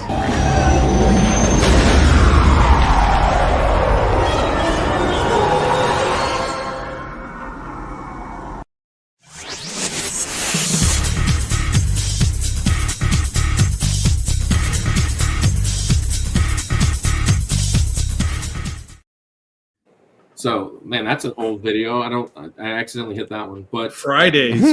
We're not live on Fridays anymore. We're not live on Fridays and on Sundays anymore. But Nerd in the Word is actually our sermon series that we do based on video game, movies, pop culture, and the like. I've done a couple back at Southeast Game Exchange, which was 2 weeks ago. I preached on Red Dead Redemption. And this week, coming up this weekend, this Sunday, hopefully we'll be live. I am preaching on Pokemon. And Andy, I think you should be the one preaching on Pokemon, and you should let me go do your job at the church. That's what I think. Hey, man, dude, I would look. We're moving speakers on Sunday, so I will gladly give you that job. And I say that because you know much more about Pokemon than I do. But I can preach on I can preach on anything pop culture as long as I do a little bit of research. So, anyways, that's this week. Let's get back into the show. Aaron, you're back up. Round 2, Link. Oh boy, softball pitch for a That's Zelda right. game. Softball pitch, but here it is. Okay, I have been struggling between number 1 and 2 this entire show. I can't even just talking about it. I think okay, I have to go this one. Okay, I've been struggling all day trying to decide which one is which. But this game that I am going with is a game that came out. This game was in 2011, specifically on November 11, 2011. So it came out on 11/11/11. Fun little fact. But this is definitely my number 2 video game of all time. I love everything about this game. This is an amazing video game. It's the fun fact. I currently have this game installed on my computer on Steam, and I have 964 mods on this game on Steam right now because I love this game so much. It's one of the most modded games of all time, as well as should be. It's an amazing game. I'm pretty sure won Game of the Year, and both of the previous games did, which they all should. So my number 2, we're going with the Elder Scrolls Skyrim. I've seen it in the chat a couple of times, so we're bringing Skyrim into it. There's just something about taking down dragons and shouting at them. I've always wanted to shout at a dragon. You get to do that in this game. So yeah, we're going with Skyrim. Skyrim mentioned. Skyrim joins the chat. What's up, Kimmy? Leaf from the Vine. Hey, so Leaf from the Vine, you're over on the Twitch side. Speaking of Twitch, We're not live on Twitch today. We're actually live on Instagram, which I was just testing it out again, as I do every once in a while. But if you guys come and join us over on our Twitch, we are really close to the partnership. So it's the same, Rushmore.com. All of it's scrolling at the bottom, by the way. So Leaf from the Vine, I didn't know you were here. Hello. Hello. He's been looking too? Skyrim, Andy, you love this game. Yeah, it's got my 3 least favorite letters, RPG, attached to it. So I never was a part of it. I listen. I understand the hype behind it and everything. I want to. Can we kick this guy out of here? Look, my internet might do it itself, but I don't know, man. There's something I just never got, and it worked. There you go. There you go. I muted. RPGs suck. That's all I'm gonna say. All right, and I'm out. Brendan says, "Boo this man." Boo. Yeah, I know. We have one of those. We have that. RPGs are good. Yeah, RPGs. We what's funny enough, we actually did an RPG episode. Yeah. And Andy hates RPGs, and like 4 out of his 8 were Pokemon. Wow. As they should be. As they should be. Pokemon's good. Which Skyrim has the dragon, that dragon with the compelling speech. That would be Skyrim. They're all Elder Scrolls games, Declan. There's only one called Skyrim. He does have a pretty good speech, though.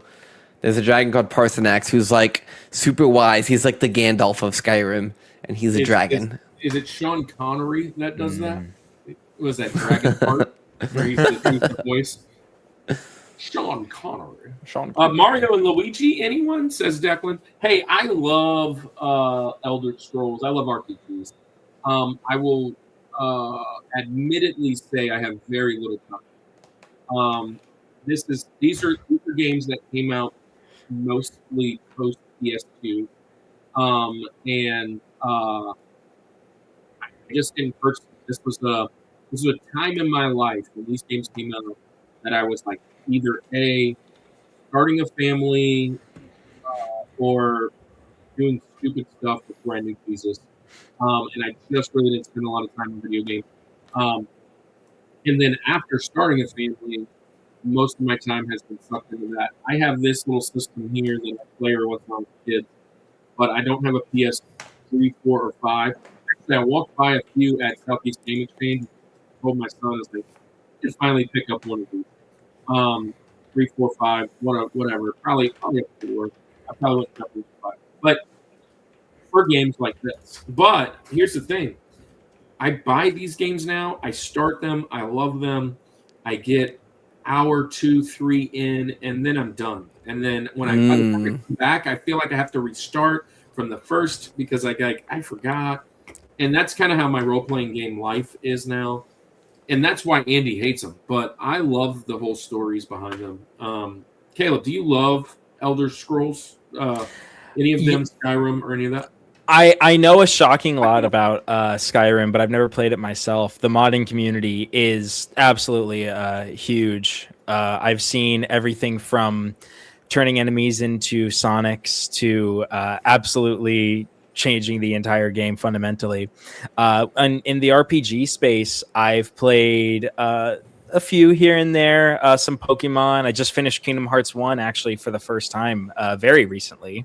Great game. I enjoyed that game. That's a good game. I almost did, if I'm being honest, but it was a little too recent, so I didn't have the much nostalgia attached to it. So it didn't quite make the list for me. Kai Chronix, is that how you say that? Says, I have no idea how you say his name. The Elder Scrolls is a mid RPG. Them's fighting words. There's a strong fan Charles base. Martinet, which is the wahoo. He voices the dragon. It's a very deep voice dragon too. No way, that's actually the Charles same voice Martinet. actor voices Parsanax, the very wise, deep voice dragon. Wild. I can't believe that. It's pretty fun. Would have been Benedict Cumberbatch, which mean, I could feel that too. He's Smaug, right? Smaug. Mhm. Um, I like Falcor. That's an on call right there. But anyways, All right, Caleb, let's Take- move to you so we can stop talking about this RPG. All right. Cut off his internet. RPG. Get him out of here. So going back to my roots, I wrestled with this pick specifically a lot. The other three I was pretty sure about, but this one right here, I really wrestled with. But I think at the end of the day, I have to go with this game. It had a very similar impact to gaming as another game we've already mentioned in the same series. Whoa. I played this game as a kid. I played this game as an adult recently when they just released the remake for it. But I have to go with the one, the only, the game that impacted the Wii more so than probably any other game, Super Mario Galaxy. I have Nice. to. Galaxy is the Super Mario GOAT of the entire series, I gotta say. In terms of 3D platforming, I mean, Odyssey was huge. Mario 64 was revolutionary, but Mario 64 ran so Mario Galaxy could go to Mach 5. Galaxy was completely revolutionary. No one had ever seen anything like that in terms of the gravity mechanics in the game and all the different worlds. It seems that in recent times, and I might just be off my gourd here just a little bit, but in recent times, a lot of franchises, especially Mario, have been too afraid to really branch out. Like when you think about Mario Kart and the tracks of today, they're not as interestingly thematic as Mario Karts of before. Like Choco Mountain, a Mario Kart track that has been in multiple Mario Kart games. Unless it was a remake of a past track, a lot of the Mario Kart tracks is, oh, what if Toad had a factory? Or what if Cheep had a beach? Or what if Mario character had Mario thing? But they didn't go crazy like a whole track, just the Wild Wild West with a train. It's not, Bowser's Saloon. It's not anything like that. It's just a crazy thematic thing. And I think Mario Galaxy did that very well with galaxies that had different themes, like the Honeybee Galaxy. There's just bees. There's bees. They fly. There's a bee? There's a bee? Give Mario a bee suit. He'll fly around. And I feel like that doesn't happen often today. Odyssey did do it well with New Donk City. And that was a really good example of, it's just a city. It's not like a crazy Mario'd city. It is actually just straight up NYC, just placed in Mario. And I like that. I like that thematic. And so we got that a lot with Mario Galaxy. On top of, there are just so many galaxies to explore. The game is so expansive. And yeah, it's amazing. It's got to be in my replays. I love this pick. It's a really good one. A lot of cool comments in the chat about it. Yeah. And it gave us Rosalina. There you go. Beat. Galaxy ain't Super Paper Mario, but I'm with Caleb. I mean, come on, it gave us Rosalina. I will say this. I've seen lots of games through. I've never played Galaxy.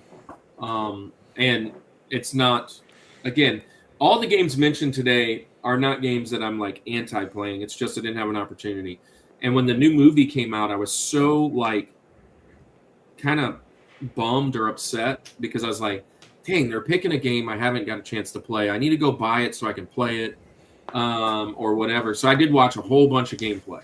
I know the mechanics. I know the idea. I love the jumping from planets to planets and all that. It's a really cool, innovative game.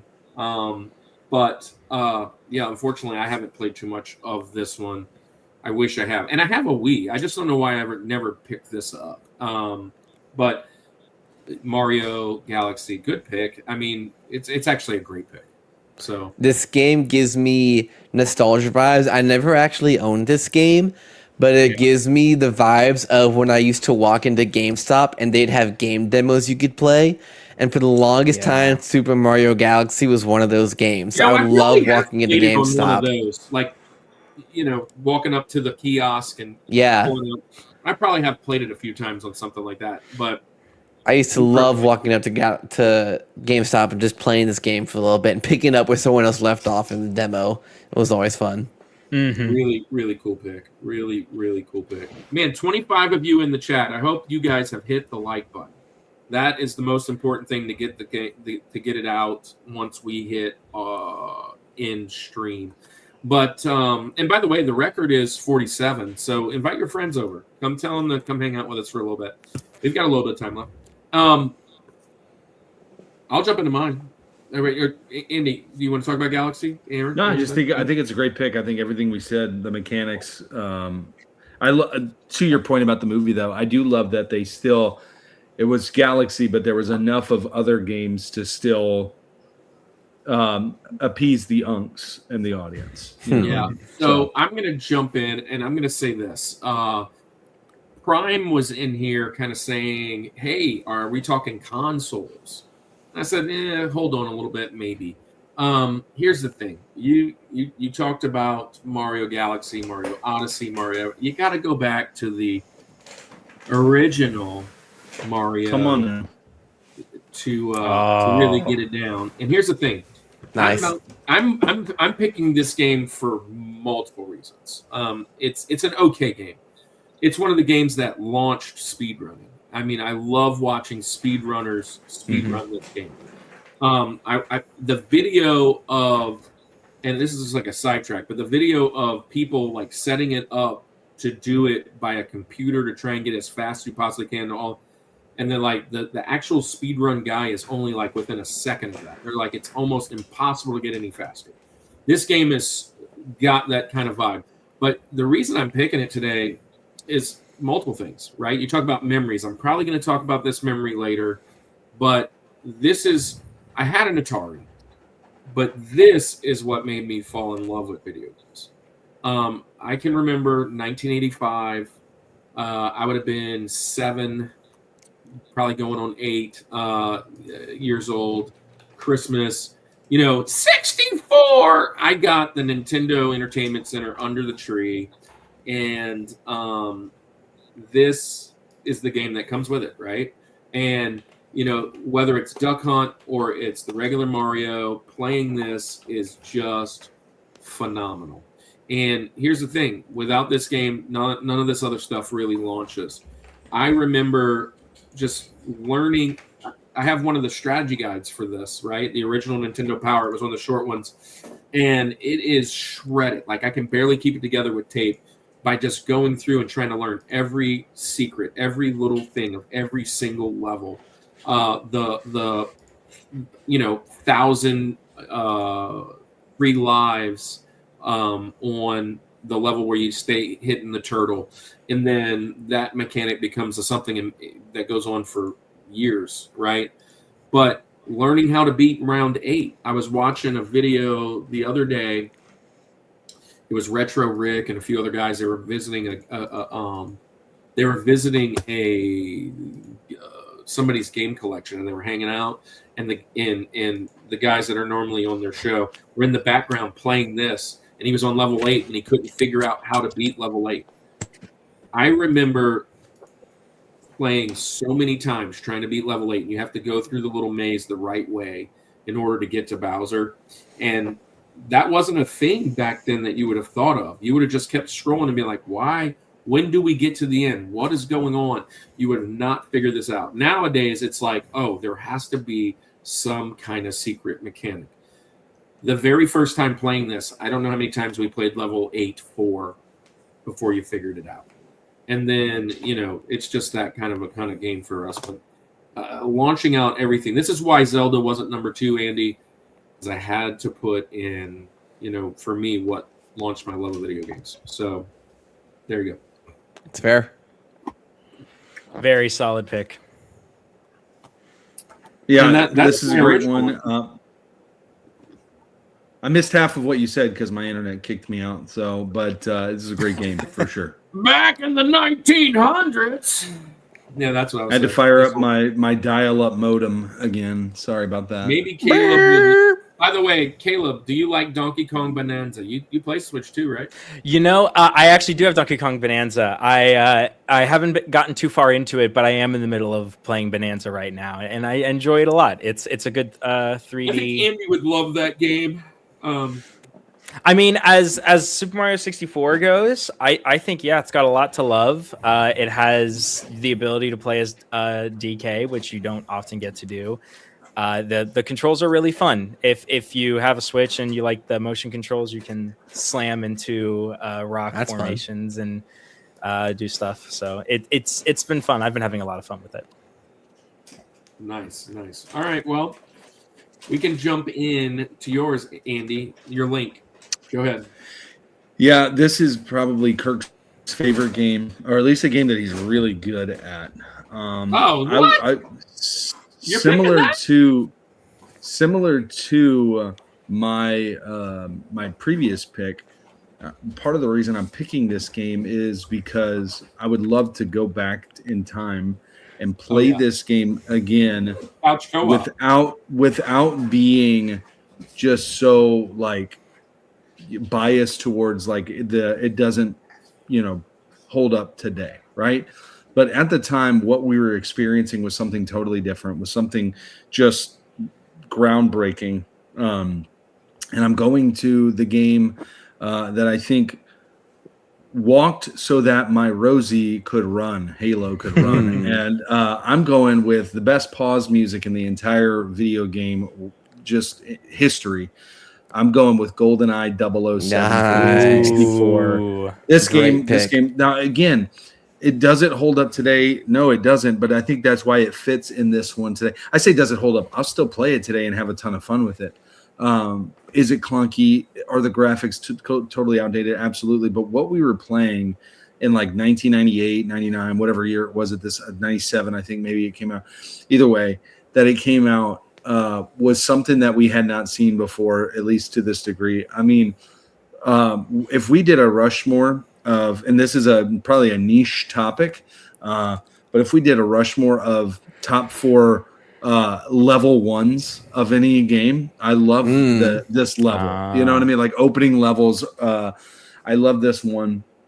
I just the music in it, the play, and then again, now just like I said with Halo, the multiplayer aspect of it too was just such a blast.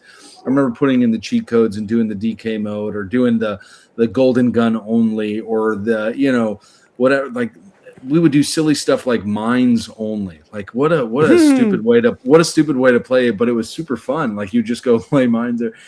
But I absolutely love this game. I'll still play it today. Kirk, we've said it plenty of times before, is infamously first-person shooters, but definitely GoldenEye for sure.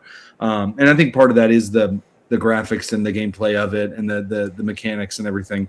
But I still love this game, man. I still absolutely love this game.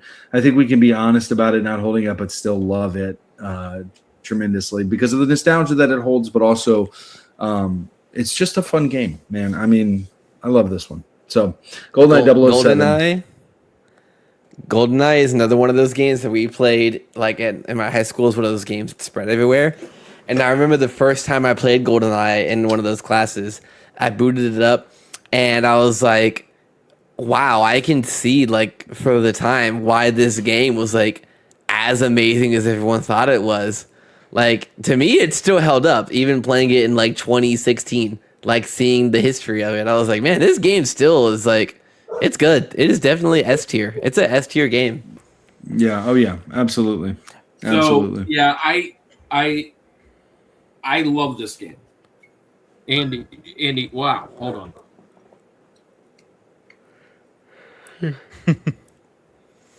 GoldenEye is a really good game. The little that I was able to play it, it was so jarring going from a world where you look, you move, and to the weird control scheme of GoldenEye where it's like you move forward and back, but then look left and right, and then you like look up and down and then move left and right with this. It was a really, really weird control scheme to get used to. It's how I understood that the Southpaw control scheme for a lot of console games existed. It's because of GoldenEye, and I think that honestly that speaks to the impact that GoldenEye had on gaming. That games had entire control schemes that you could switch to just to allow people who were used to GoldenEye to play that game. Like I want to say Halo had that, and other games of that nature. So GoldenEye is very, very good, and it does hold up. But for my hands, I can't do it. I can't handle it. It's out of my wheelhouse. So I'm sorry. I guess my dog got out or something. They were yelling. I love GoldenEye. It's a core memory. Might even talk about that later. Come back. But I'm just terrible at first-person shooters. That's what happened when he clicked out. I don't know if y'all heard that, but first-person shooters, I'm just not good. Maybe because of that whole control thing you're talking about, but I'm not good at most of them. I would much rather a third-person shooter, but first-person shooter, I'm usually doing this number here and doing it. Andy and I, and you guys, I mean, y'all were playing like Overwatch and Fortnite and all that other stuff. I'm just not good at all of those. I'm just not good at all of those, like melee games, that type of stuff, battle royale. But what I will say is, the Halos, the Metroid Primes, I played all those back in the day. Metal Gear Solid was mentioned. I love them, but I'm just not great at them, right? And so Andy and I played this when he first got the 64, and for like 40 minutes we're playing, and for the majority of the time he's like right behind me, and I'm like, all I can see is mountain, and I'm like, bro, I see you looking at me, and I cannot turn my guy around.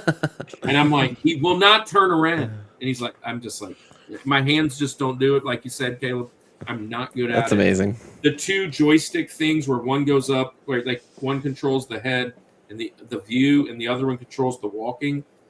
I'm just not good at it. I'm just not. And so I kind of avoid most of those. Mm-hmm. It is an S tier game, especially the impact. And Andy, you mentioned Halo Guy's going to be at this year. We've been at several different conventions where the pause music guy has been there for at the convention. So yeah, we love him. So anyways, all right. Is it my turn? It is. It's nope. I think so. Number. Oh no. Well, it's number one. Going to George's now. Yeah. So Yeah, it's back to Aaron's me. turn. Yep. All right, number one on the list. Aaron, what you got? All right. So this game, oh boy, do I love this game. Listen, like I said, I was struggling between Skyrim and this game. So this game holds a very special place in my heart. It just has this magic to it that no game that I've played ever has matched the magic of this game. I just finished playing through this entire game series a couple months ago. Started with this one, went all the way through the most recent game that just came out a couple of years ago. Loved the entire time doing it.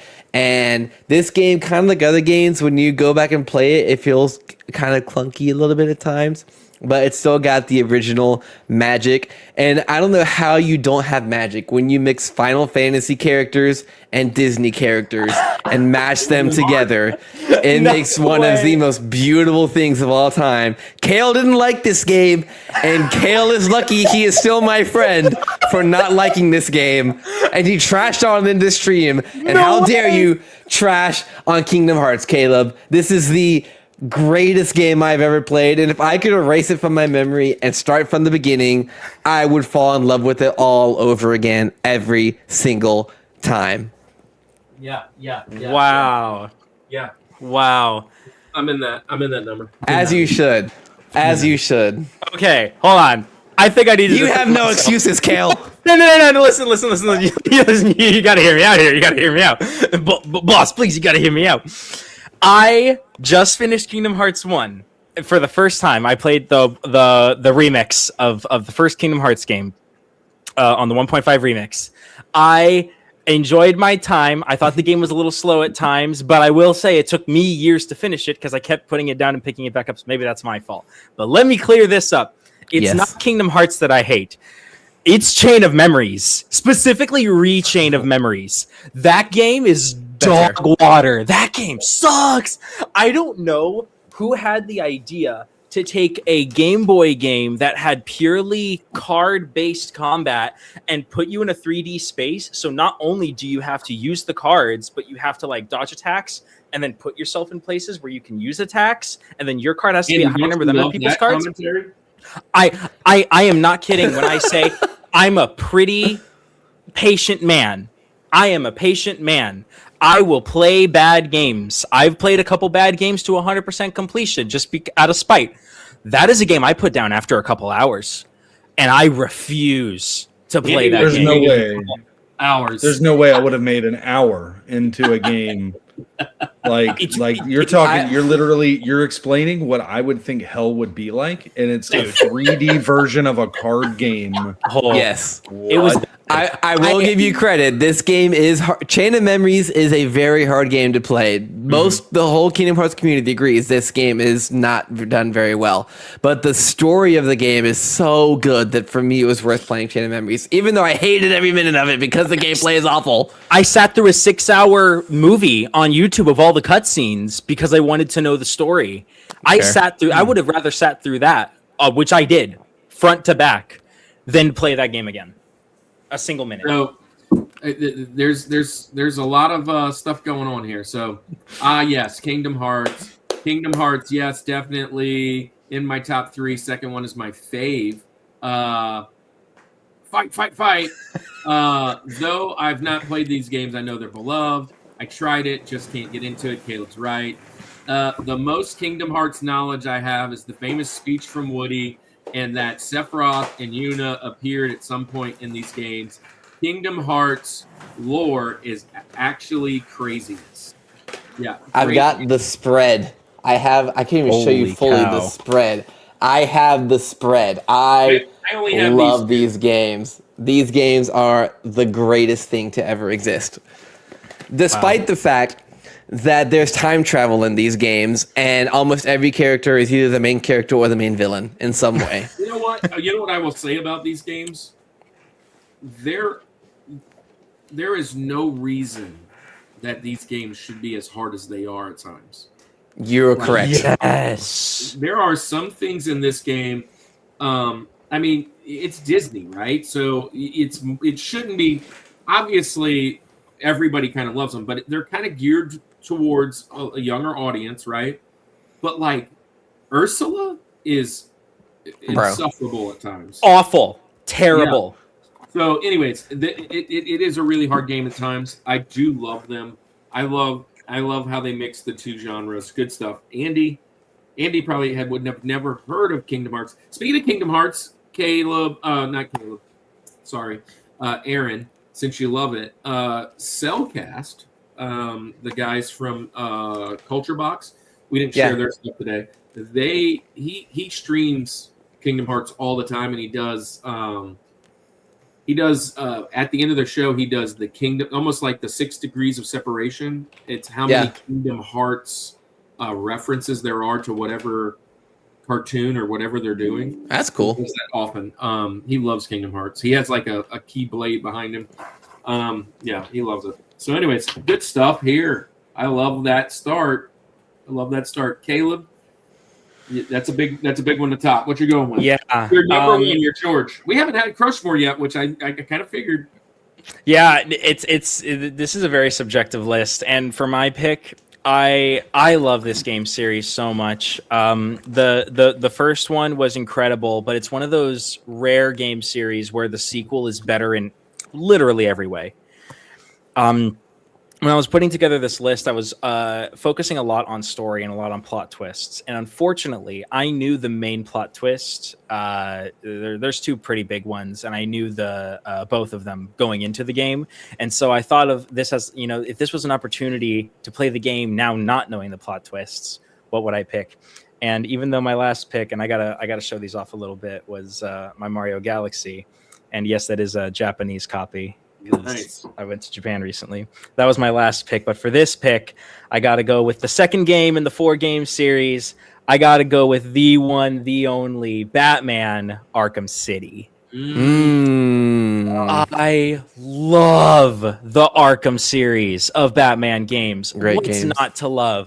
It's first off, it's Batman. So if you're a superhero fan, it's amazing. You got the legendary Kevin Conroy as Batman, the even more legendary, arguably, Mark Hamill as Joker, along with a whole rest of voice acting talent behind this game, and you fight all these different villains, and the free flow combat of the Arkham series is still untouched.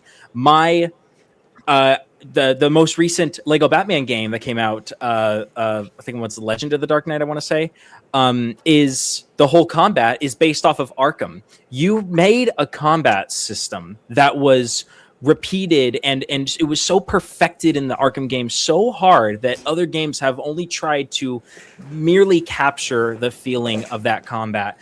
And Arkham City takes everything Arkham Asylum made, and I think this is like the third or fourth time this has been used, but Arkham Asylum walked so Arkham City could run.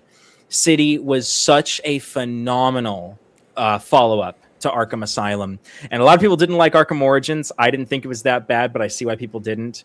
I think Arkham Knight was great, but there's a reason why Arkham City and Arkham Asylum are as revered as they are.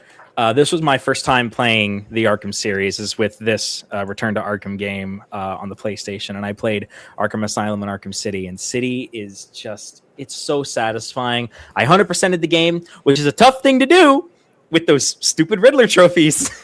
I was gonna say it's long. It's a long time to really get all those trophies and to 100% the game. But when the game is that good, when the combat is that good, the stealth mechanics, a lot of games mess up stealth mechanics. Arkham City did not. And the combat with it, you can choose. Do you want to go silent but deadly? Do you want to go guns blazing, but without guns because it's Batman? You can do that. This game has amazing mechanics. Perfected mechanics, which is my number one thing in games, and an amazing cast and story to boot, and it's just satisfying the whole way through. this is a game that, much like Super Mario Galaxy, this one I specifically remember being in Walmart playing the demo of it, but Walmart had the TVs like the very top of the aisle. So I'm literally sitting there doing this now, and I'm like, this is so much fun! And my neck would hurt, but it was so much fun to play. But I stopped playing Arkham City because I love 100%ing games. And when I saw that there were 440 Riddler trophies, I gave up immediately. I was like, nope, not doing it. I'm out. So your Kingdom Hearts Chain of Memories is my Batman Arkham City. That's fair. That's fair. Yeah, I love the series here. Played it, touched it only a little bit. But Batman's awesome. This is probably the best version of Batman in a video game. I love the original stuff. I remember kind of playing through those, but this kind of like brought him to the forefront. And then it also introduced a lot of people to the Arkham like arc, right? And because a lot of Batman mentions it, but like this is a big deal. And so Arkham City is a great pick. The Arkham series. Number 2. I'm not sure if I played number 2 or how much I've played of it, but they are really good games. They're really good games. Andy, Yeah. you're an Arkham guy? You're not? Well, no. So I mean, it's just newer games, and not anything against Batman or anything. But it was just a game I missed out on. My Brett, was in my band, who's going to be on the show when we talk music. He had Arkham Asylum, I believe. So I remember playing that a little bit, at his, when we were in college. I think we were in college at the time, and at his apartment, and it was super fun. So I've always loved Batman. Batman, I feel like, has always been. There's never been an easy Batman game. I don't feel like, even back in the day, those games were really difficult. But I do appreciate this, this series of games for sure. Again, I think I only ever played Asylum, so I'm not sure if I know City for sure, but there are games that I would love to play. The problem is, and you guys talk about 100% in games. You're not If a I were to side play them quest. now, well, yeah, definitely not a side quest. But even if I was, like, the amount of time that I've got to put into these games to do that is just staggering. And That's true. I don't even know where I would have that time now. That's fair. So it's like, I thought about like some of the games that I thought about mentioning today, even from my childhood, not necessarily that they're to this degree of side quests and, to get to 100%, but it's like, I play some N64 games now and I'm like, man, I loved this a lot more as a kid, but I think it's mainly because I just had time. Like now I try to find games now where it's like, I can just put it on. I can spend, maybe what game can I throw in for 30 minutes and enjoy it? And a lot of these games, I can't do that now. But I do love this. I do appreciate this game. I think it's a great game. It's a great, Batman. What else can you say? Yeah, he's Batman. Batman is what you could say. Arkham City's my number one. I watched my brother play all the Arkham games, and he introduced me to them, and they are very special to me. Arkham City was the first game I completed all by myself as a kid, and the first game is 100% cleared. That is quite the first. I'm very shocked at that. It's also like we've already said, it's a very long game to do 100%. So that's dedication right there for it being your first. Yeah. I'm going to talk a little bit about 100% later, but not this time because I don't know that I've ever 100% this game. My next one, my George. Andy, you can kind of know where I'm going, Andy, but that's okay. I know where you're going. Yeah. I've been rocking it all night. Call of Duty. I've been rocking it all night. Final Fantasy VII. Nice. Great, man. Final Fantasy VII. Great game. There he is, man. So, which this came from some friends of ours. They made it at the convention that we're going to this week. Final Fantasy VII, the whole Final Fantasy series, top notch. That's the George series for me. Zelda's right behind it. Zelda's the Link. I had to pick at least one. Which one do I want to pick? One, right? You pick one. It was my first introduction. Kind of already mentioned that many times.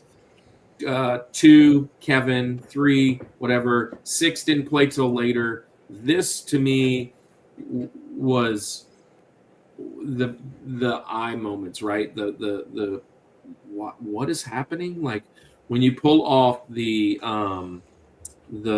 different summons.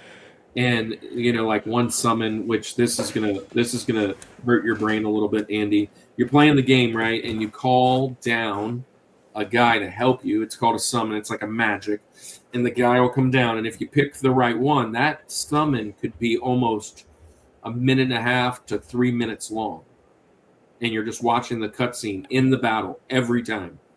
And the first time you see some of these, you're like, what? And you just keep wanting to do it, and you keep wanting to play it. The game has not lived up for all these years, and that's why they remastered it. And the remaster is amazing as well. But it's just because of the graphics. The graphics in this particular game are very blocky, much like Nintendo 64. It's just the story's great. Sephiroth is a great enemy. The music is phenomenal. There's twists. Seeing Aerith pass away for the first time again would be amazing. I remember like my jaw just been like, wait, is this for real? Like, so one of the main characters, like literally at the halfway point, gets killed. And like, wait, is the game almost over? Like, what's happening? No, you're only like halfway. And that's a big deal. Just all the different side quests. It's a masterpiece. It's a great game. 7. Hey, I wonder if 7 and X are your favorites of them all, Kirk. X is on the Rushmore. If I'm going to do the Rushmore Final Fantasies, it's probably 7X. Let's see, 7X, 6, and 1. I don't know in that order, but yeah, 7, 6, X, 1. Yeah, that's probably my favorites. But I love almost all of them. Would you put 6 before 7? Okay, there it is. All right, we had to do it. 7, 8, We had 9. to do it. Listen, Final Fantasy VII was such a good game when they decided to remaster it. They were like, we're not just going to remaster it. It's 3 parts, right? They split it into 3 parts to remaster this game recently. That's kind of crazy. Probably because it's 3 discs long. Yeah. And you play it so long, you have to put in another disc and then another disc. That's crazy. That's at that point, just don't count me out. You're not a multi-discer, Andy. I love Andy's top media, game but is if- going to be but like Fruit Ninja or something. Just wait. Just you Angry wait. Birds. Come on, man. Where you been? Listen, I remember I'm an unk though, so let's keep it. You're right. Is there a Wayne's World Probably game? the duck shooting game. There is a Wayne's World game. It would not be on my list though, because it's really difficult. It's going to be a 64 game. No, it won't. It will not be a 64 game. But I've said all I need to about your Final Fantasy VII. I don't know who else wants to talk about it. The fact Never that it's played. a Final Fantasy. Listen, the fact that the title is Final Fantasy and we're already to the 7th one, and then in the 7th one we have 3 discs. Like you're a liar is all you are. It's not the Final Fantasy. It's never the Like Final the Fantasy. 7th one. The first disc of the 7th Final Fantasy isn't even the final The disc. fun thing is there's Like, been what- 16 mainline ones and there's been about 15 others. So, and then if you count Kingdom Hearts, which is basically a That's Final as Fantasy. bad as that's as That's, bad that's as Final Fantasy. Yeah. that's as bad as Kiss's farewell tours. They've had farewell tours since 1998. ridiculous. AI viewers, streamboo.com. Woo! Thanks for coming and Yay. doing I love spam. love spam. Spam. Streamboo.com, everybody. Hey, if you need AI viewers, that's where you go. We're not sponsored by Continuous Shut J, Continuous Hut J, Hut J. But Continue. Hey, Shut up. You smell like that's- beef and that's cheese. what I'm You talking sit about. on the throne of lies. Thanks, Name Will. that movie. Name that movie. Elf. Home Alone. Yes, there you go. You sit on a throne of lies. All right, Andy. I think it's you. All right, I am in my George for one. We're gonna go real unk status, and we're gonna say whack-a-mole. No, I'm just kidding. It's not. Wow. It's not gonna be This is that. the last opportunity for you to hit the crush button. Hit it. Volleyball. And I won't. I won't. Yeah, mine is Jax. No, my George. It's Monopoly, isn't it? Well, listen, we've given Mario a lot of love tonight as What's the up, greatest Kettle video Dryer? game character. We've given Mario a lot of love, but it's about time where I go to the best video game character of all time, yeah. my favorite. If I'm playing this for the first time, listen, I as much as I just talked about not 100%ing this one, not 100%ing games, I 100% this game. I remember finding every secret to this game as a kid and just spending so much time. But if I could go back and redo that all over again, where I was as a kid, I'm going to the Super Nintendo and I'm going to Donkey Kong Country. It's my favorite game. It's my favorite game. I love it. I love how the graphics hold up today for the Super Nintendo's Donkey Kong Country. I just love that whole style of it.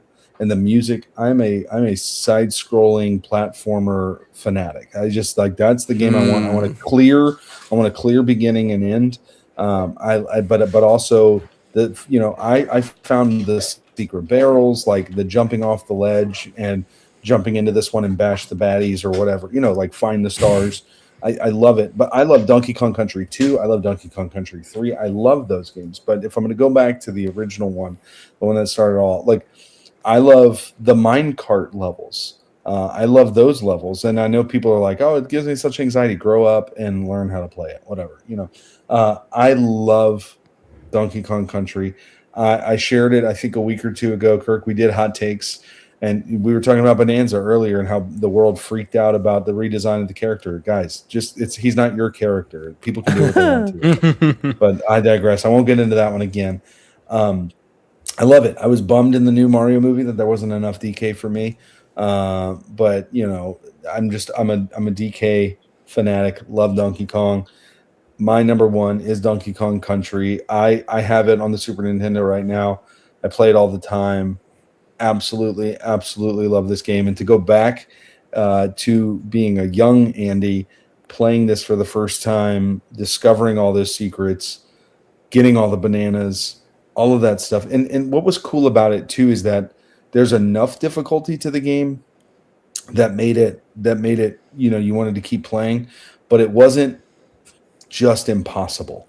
In fact, I would say that some of the bosses are probably a little too easy. Some of the bosses are actually easier than some of the levels for sure. But it made it to where it was like you felt like you can actually accomplish something. And so anyway, I'm going Donkey Kong Country for the Super Nintendo. I wonder what it was like encountering King K. Rool for the very first time.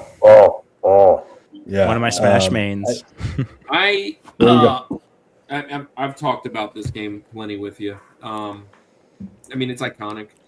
It wasn't my jam. I'm a Super Nintendo guy. Love Super Nintendo. It's just not one of those games I picked up. Have played it several times. It does hold up. It is a great platformer. I hate the swim. I hate the swimming. I love the swim levels. It's the only underwater level I love. And I think it's the nostalgia. I think it's just the nostalgia is what it is. The controls are a little weird. Like they're different. Like they've been changed over the years as far as how to swim.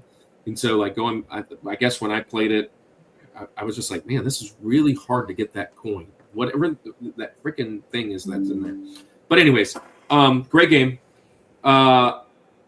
I knew you were going to pick a Donkey Kong when you said this is my favorite game. Honestly, I thought you were going to go the original Donkey Kong because I thought you were going to try and be all love sneaky. that one too. Love that one. But you started saying, yeah, I found all the tips and tricks. I was like, what? You got the hammer? I'm like, what are you talking about? and then it hit me. Donkey Kong Country. Speaking of that, Cannon and I watched Pixels the other day. What a fun movie. Good one. That movie gets a lot of hate for no reason. I liked it. I liked Pixels, doggone it. Eat some popcorn, jam out. Have a fun time. Yes.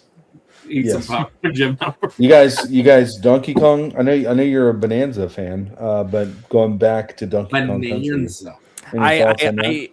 I never had Country. I know they remade it for the Wii or the Wii U, I think once or twice, or maybe it was just a sequel. But I never had any of the Country games. I respect absolutely what they did, but I never really got into DK. I will say I always hated playing as Donkey Kong for games like Mario Party, because during a lot of the mini games you'd have to like run around with all the people, and Donkey Kong is just this massive behemoth of a character. So I always felt like the smaller characters were always easier to play as. So DK was never in my my top favorites. Yeah. When it comes to Mario Kart too, though, like I would always play as Yoshi is my guy in Mario Kart. But if I'm multiplayer, I'm DK because I wanted the brawn with multiple, because you can just run into people and make them lose, whatever. Sure, but when I'm racing, Yoshi or Toad are my two go-tos. But racing is always Zelda or Link if he's available. If not, it's probably Yoshi. I don't like the heavy slow guys. Usually. Me either. I'm a Toad guy. Toad's a great pick. But yeah, Toad is smart. But in multiplayer, I need brute force in multiplayer. Fair enough. Racing, All right, well, that's the end of our first round, and we've only gone 2.5 hours already. That's fun.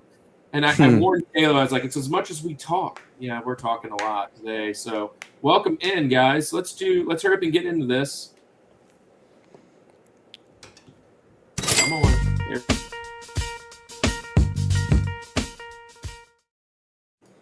All right, What a banger.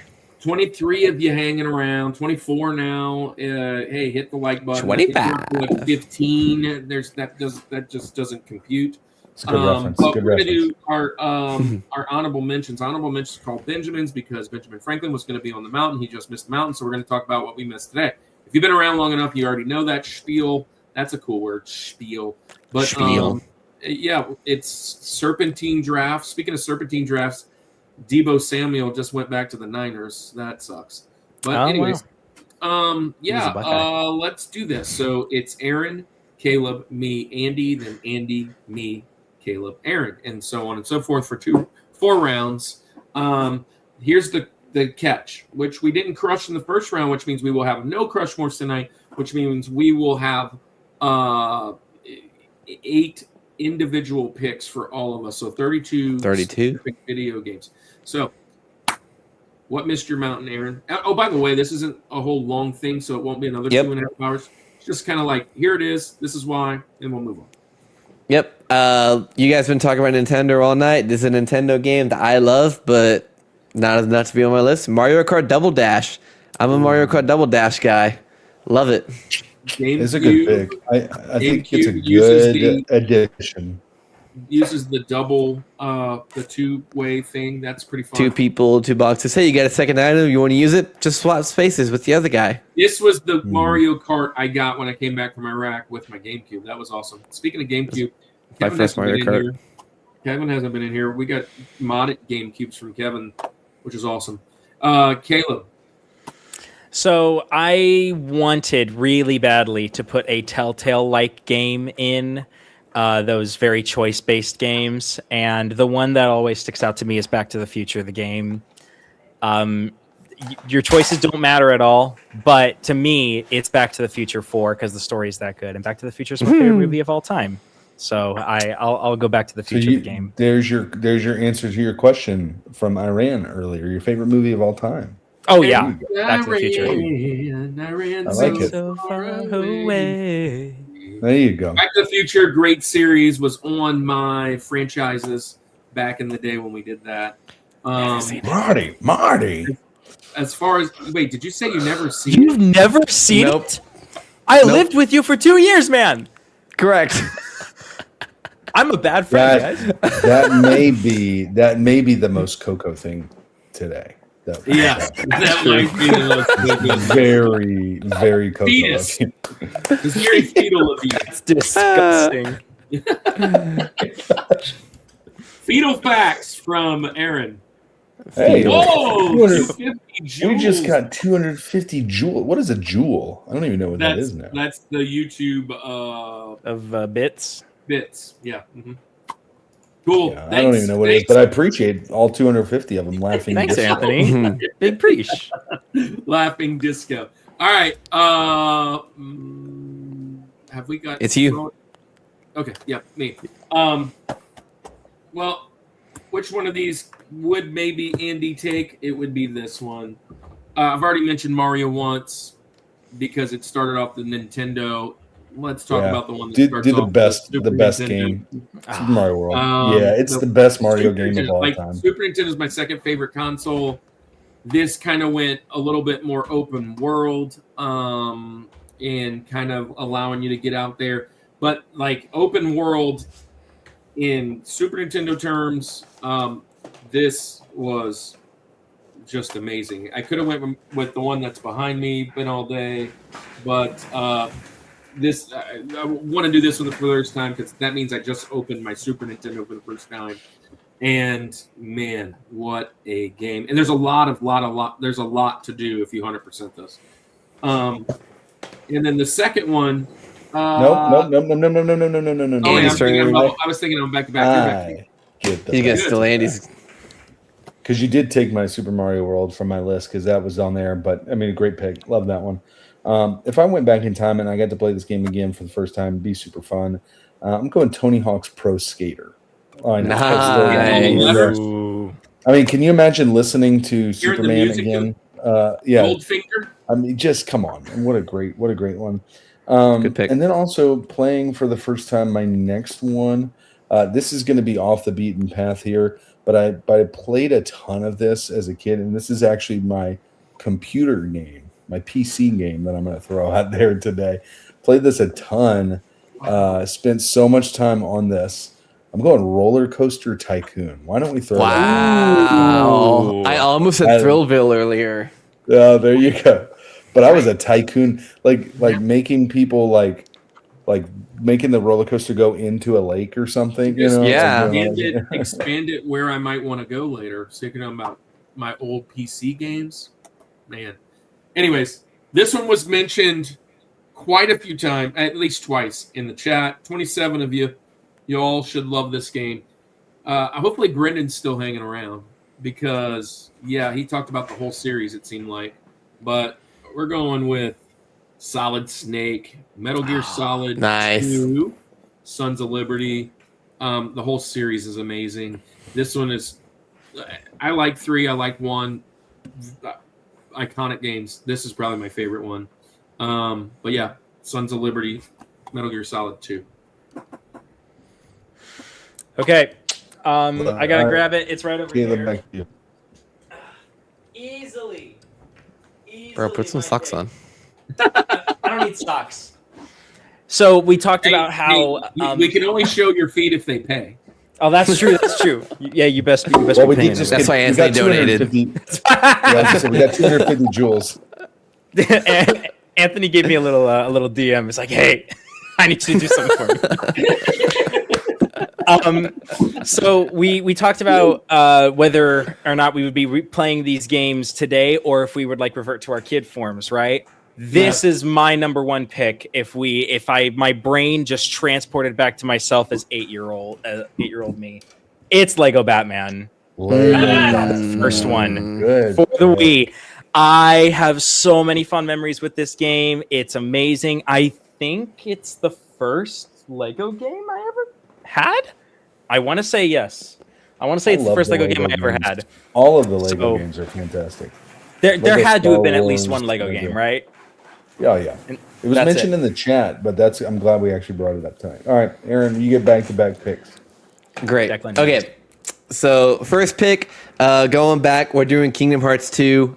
Same series as earlier, I know. But Kingdom Hearts 2 takes everything about the first one and just makes it a million times better in every single way. I love Kingdom Hearts 2.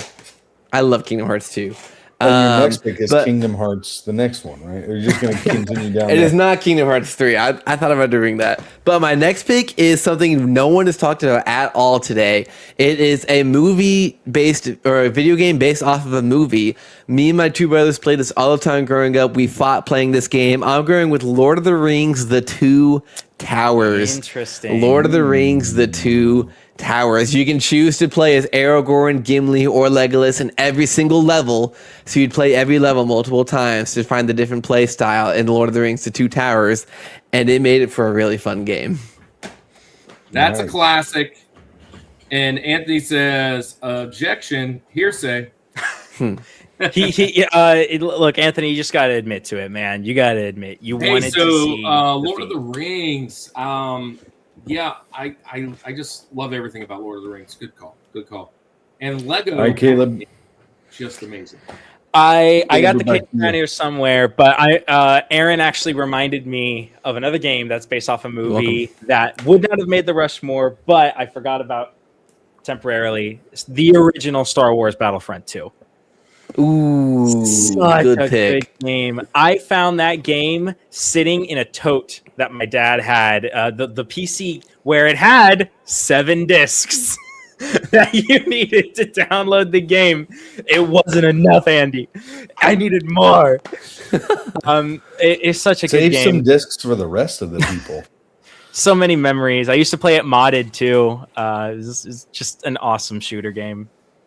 Anyone know Lord of the Rings Conquest? Mm-mm. So, my next game, it's busting out the seams because, Andy, I've talked about it. It's a branch from my favorite of all time, Final Fantasy. It's not a Final Fantasy game, but it sure could be. I 100% this, Caleb. and made my own strategy guide for it as a kid. This is my strategy guide for it and my 3 pages of how That belongs in a it's museum. fallen apart. But I'm going with Secret of Mana. Nice. So very first time playing through this again would be amazing. They had paper back then, yeah. Kurt's the guy who made Papyrus. You don't know that? He's the one that's on Spaceship Earth pounding the Papyrus. We're going back to Epcot with this one. I mean, look how old that it's like. It's all weathered. Yeah, that's amazing. It really is brown. That's amazing. I love that. That was Game awesome. Genie code, nice. Game Genie, fantastic. So, anyways, back in the day, you didn't have that, and also I always say this. My favorite thing about this, one of my great. Well, I'll probably keep it for memories. I'm gonna keep it for memories. Yeah, because I'll share that memory for sure. Andy, back jacks. Finish off your mountain. Yeah. All right. So, I like to talk about this game as much as I can. Anytime we can bring it up. Love this game. It's kind of I say niche game, but every time I bring it up, people love it. But it felt like a game that I only knew about when I was a kid growing up, and it'd be a lot of fun to play. Talking about platformers, I'm going to go Rocket Knight Adventures. Nice. Loved this game growing up. Anyway, tons of fun. My last pick. If I talk about Rocket Knight Adventures a lot, this is the other one that I get talked about. This game has kind of become synonymous with me. And Kirk, Pokemon why not Yellow. do it? Why not end the game today? Pokemon Snap, the best shoot 'em up of all time. We would play that one again. And here's the reason why. I have it now and I play it and I remember still how to do the secrets and stuff, but figuring that out again as a kid, how to get Pikachu on the surfboard and how to do all these other different, secret things in there to get Scyther to come out of the grass, right? That would be fun too. And it's just a super fun game. I love that. So I'm gonna go with one of my favorite franchises of all time. Nobody spoke on this at all. This 29, we almost back to 30, and it's time to go almost. Hey, thanks for being here. I'm gonna go with I have the instruction manual here, and I've got actual 2 old passwords on it that I put, because here's the thing. What was really amazing about this game is once you learned what boss to beat, you knew which boss to go to next. And I'm going with Mega Man 2. Nice. And you can't see it because it's in pencil, but there it is, right there. There's a written password on there, and this one's in blue, so you can see it. There's a written password there. But once you figure out the passwords, I wrote that probably as a 6-year-old, or not that, probably about 10. But Mega Man 2, man, I love this series. This was by far the best one until X happened. But yeah, 32, jumping up there. Hey, so only 15 away from the record, and it's time to go. All right, finish off your mountain there, Aaron, and then Caleb and Kale. then Aaron. All right. The game's so nice. I played it twice. I got to go with the game from my childhood, Epic Mickey. I love this game. Epic Mickey for Wii, and we barely played it. I love this game because it does things with Mickey that Disney would never do these days. It has such gothic architecture and a gothic art design that's super interesting. And the gameplay is fun. I just 100%ed Epic Mickey Rebrushed on the Switch. I had Epic Mickey for the Wii. I'm waiting for them to remake Epic Mickey 2 for the Switch. I'll be a day one player on that one. I love Epic Mickey. Lots of memories there as a kid. All right, finish off your mountain. All right, Andy, I can't decide. Pick a number, 1 or 2. 3. No, number. Let's go number 1. We always go number 1. The number 1. Number 1. Says Number 1. Mystic 27. Epic Mickey is fire. Welcome Yes, in, it Adam. is. We are going to go with RuneScape RuneScape is a great game, just like an I never online met- wait, game. wait. Pause. Do number 2. No, I'm just kidding. Number 2 is Pac-Man Fever, in case you were curious. But There number you go. one, number one was RuneScape. I loved RuneScape. It was so much fun. I used to remember going to like the bank, and everyone just had like lines of firewood outside the bank they were making. Great, but What's up, yeah. Caleb? What up, Welcome Adam? in, Adam. Thanks for being here. We're the Rushmore Show. We just go over your top 4 and nothing more. We're talking about video games that you wish you played again for the first time. It's coming towards the end. This is actually the last pick here, RuneScape, and before our last portion. So we do conventions. We go out and we hang out at conventions. You ever see us at a convention or a table, come visit us. You get a chance to spin the wheel and get on the show. Our next convention is actually this weekend. I'm driving in tomorrow from, I live in the Atlanta area now. I'm driving down to New Orleans area to hang out with Andy, and we're going to Louisiana RetroCon in Gonzales, Louisiana. You come by our table, you'll get the chance to spin the wheel and get on the show. Let's spin the wheel and see where we're at. If it lands on one of the ones we're not going to play, I'll just go to the very next one. Yep. So the next one that we can play is Andy's favorite, Hot Take. I love doing hot takes. Hot take. So drop a hot take. Drop a bar about a video game. Preferably one of the games we talked about, but it doesn't have to be. What is a hot take that you have on the video game industry or video games in general? I'll drop a hot take. I'm here Just for it. because the Yeah, game yeah, has go. better graphics and a longer story doesn't make it a better game. Some of the old stuff just holds up. It's not just nostalgia. If you think about the hardware and the things that they had to work with to do and the type of storytelling that they told with minimal, I think it speaks, volumes. Nowadays, the games are so in depth; they look so real.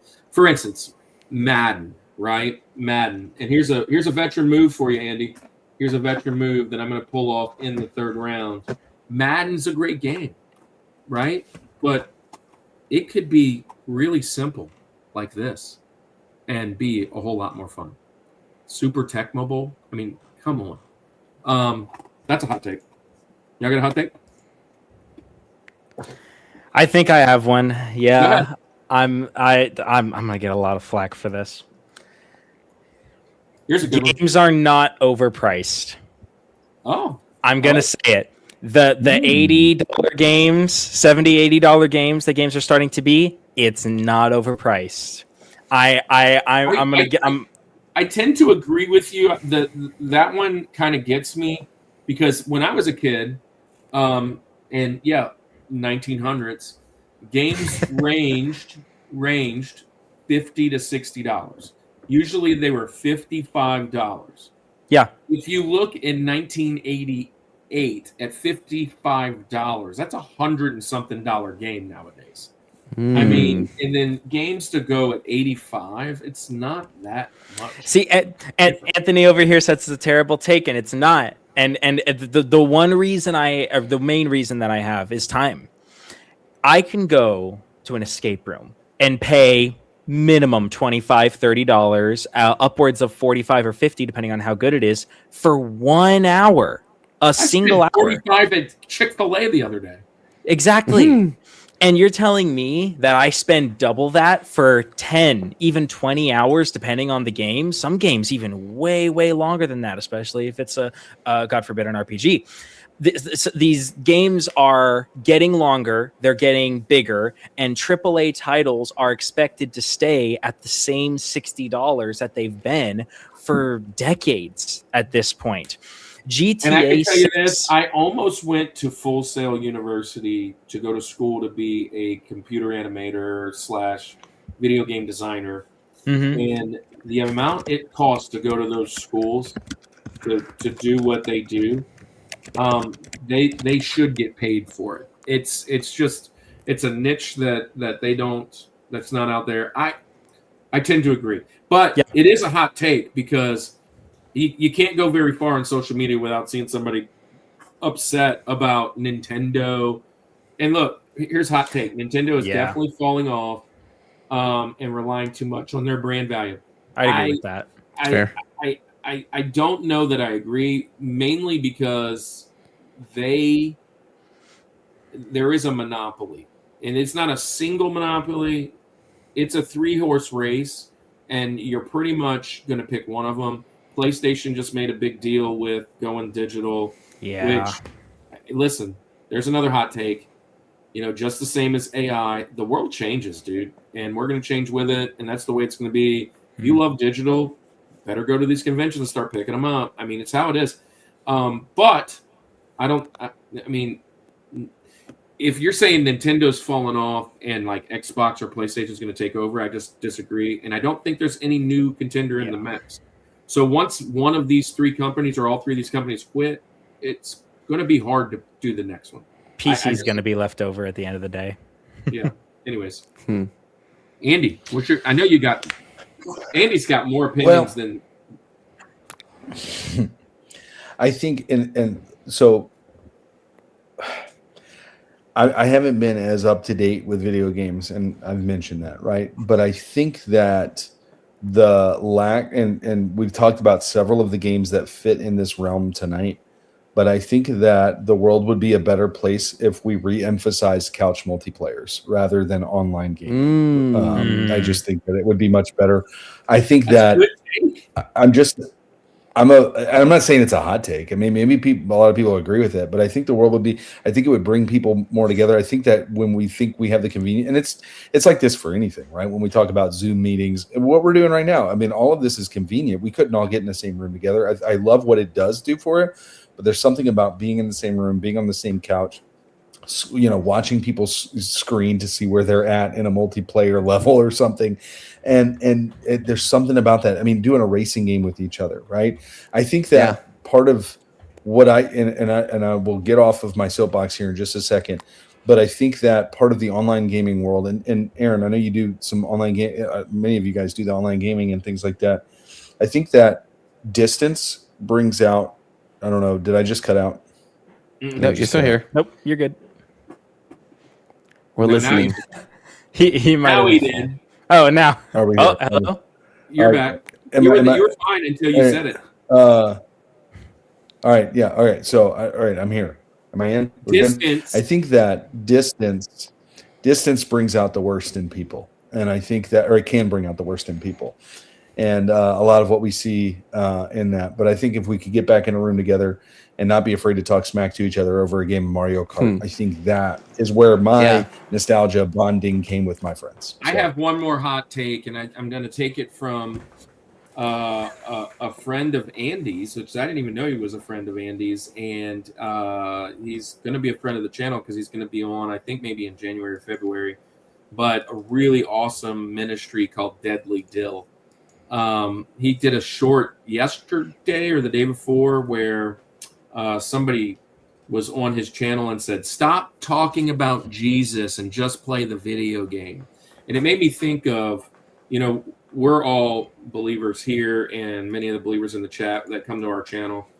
I believe that the most untapped resource in the church right now is going on outside of the church, and it is this community. It's fair. Because it's how you're going to reach the next generation. And if you're not reaching the next generation, then your church is dying. And some of these amazing ministries that are sitting in Call of Duty, Overwatch, and all these other like online gaming things that we've mentioned, I think are big deals. And so, no, we're not getting Jesus out of that. So yes. Do you have one, Aaron, before we leave? I do. My hot take is that Unreal Engine 5 has been the death of video games. Ooh. Unreal Engine 5 is the death of video games. I think that when novice. Unreal Engine 5 is basically the engine that most modern AAA video games are built off of. And so every game looks gorgeous now. You've got ray tracing, you've got water with reflections, you've got all this cool shadows. I think all that's great. I have not seen a big company make a stylized game in such a long time. Like, I want games that are so stylistically like independent. You can look at that game and be like, oh, I love how that game looks. Like Halo talked about, Epic Mickey has like the gothic architecture and stuff like that. Like, games just don't do that anymore.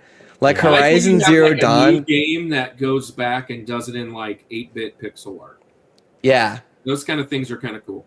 Yeah, like Horizon Zero Dawn kind of does it when it goes into that a little bit, but like most games are just like, oh, look at how pretty, it's so realistic, it's so lifelike.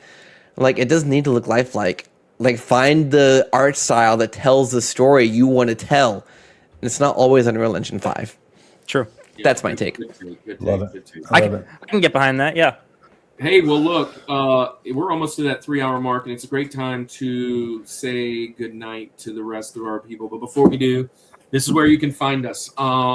This weekend, Gonzales, Louisiana RetroCon. Davey Lusko puts on a great show. We'll be there all day Saturday and Sunday, preaching Sunday. Hopefully Sunday's message will be live. Come and find that on our channel, on all the major spots. Then in November 14th and 15th, we'll be at St. Tammany Collectors Con. Some big announcements coming up for that. We will be there. I would say that we're probably going to be preaching on Ninja Turtles of some sort, because April O'Neil and Shredder have been announced to be the guests there. And that's going to be really awesome. That's in November. And then our next year of conventions start over again really soon. Thank you to all the people that have us then for those. Our next episode for the show here, and well, I'll just go through really quickly some of them. But Andy, you want to tell anybody good night while I'm pulling that up? Yes, good night. Buenos noches. For our friends, Good nachos. Spanish-speaking nachos. countries. All right. Hello. Well, oh man, you know what I hate? I've been doing Evernote for. Here's a hot take. It's not really a hot take. Everybody hates this. I hate when like apps that you've been on forever decide to start adding ads. And now I can't get to the stuff I've been doing that without watching your stupid ads, and it's never been. Here's a hot take. Give me an iOS game or a smartphone game that doesn't offer in-app purchases. I don't want it. I want to pay you one time. I'll pay for the app. I'll pay for the app. Here we go. But I don't want anything to do with it. Here we go. Here's our next shows. Wait, don't leave, Anthony. Here's our next show. Next week, Monado Max, who is a phenomenal Switch streamer, Switch content creator, is going to be on with our world famous Bryce J. Dub. We're talking Switch games next week. Top 4 Switch games. Then in 2 weeks, you saw Tony in here earlier with Game Central Station. Minzy and him will be on, and they're talking gaming collectibles. 3 weeks from now, Retro Beard and his wife Heather, Pixel Parts, is going to be on for comfort games, and then we're finishing out the games. Oh, by the way, and we're celebrating Andy, you and I's birthdays on these shows.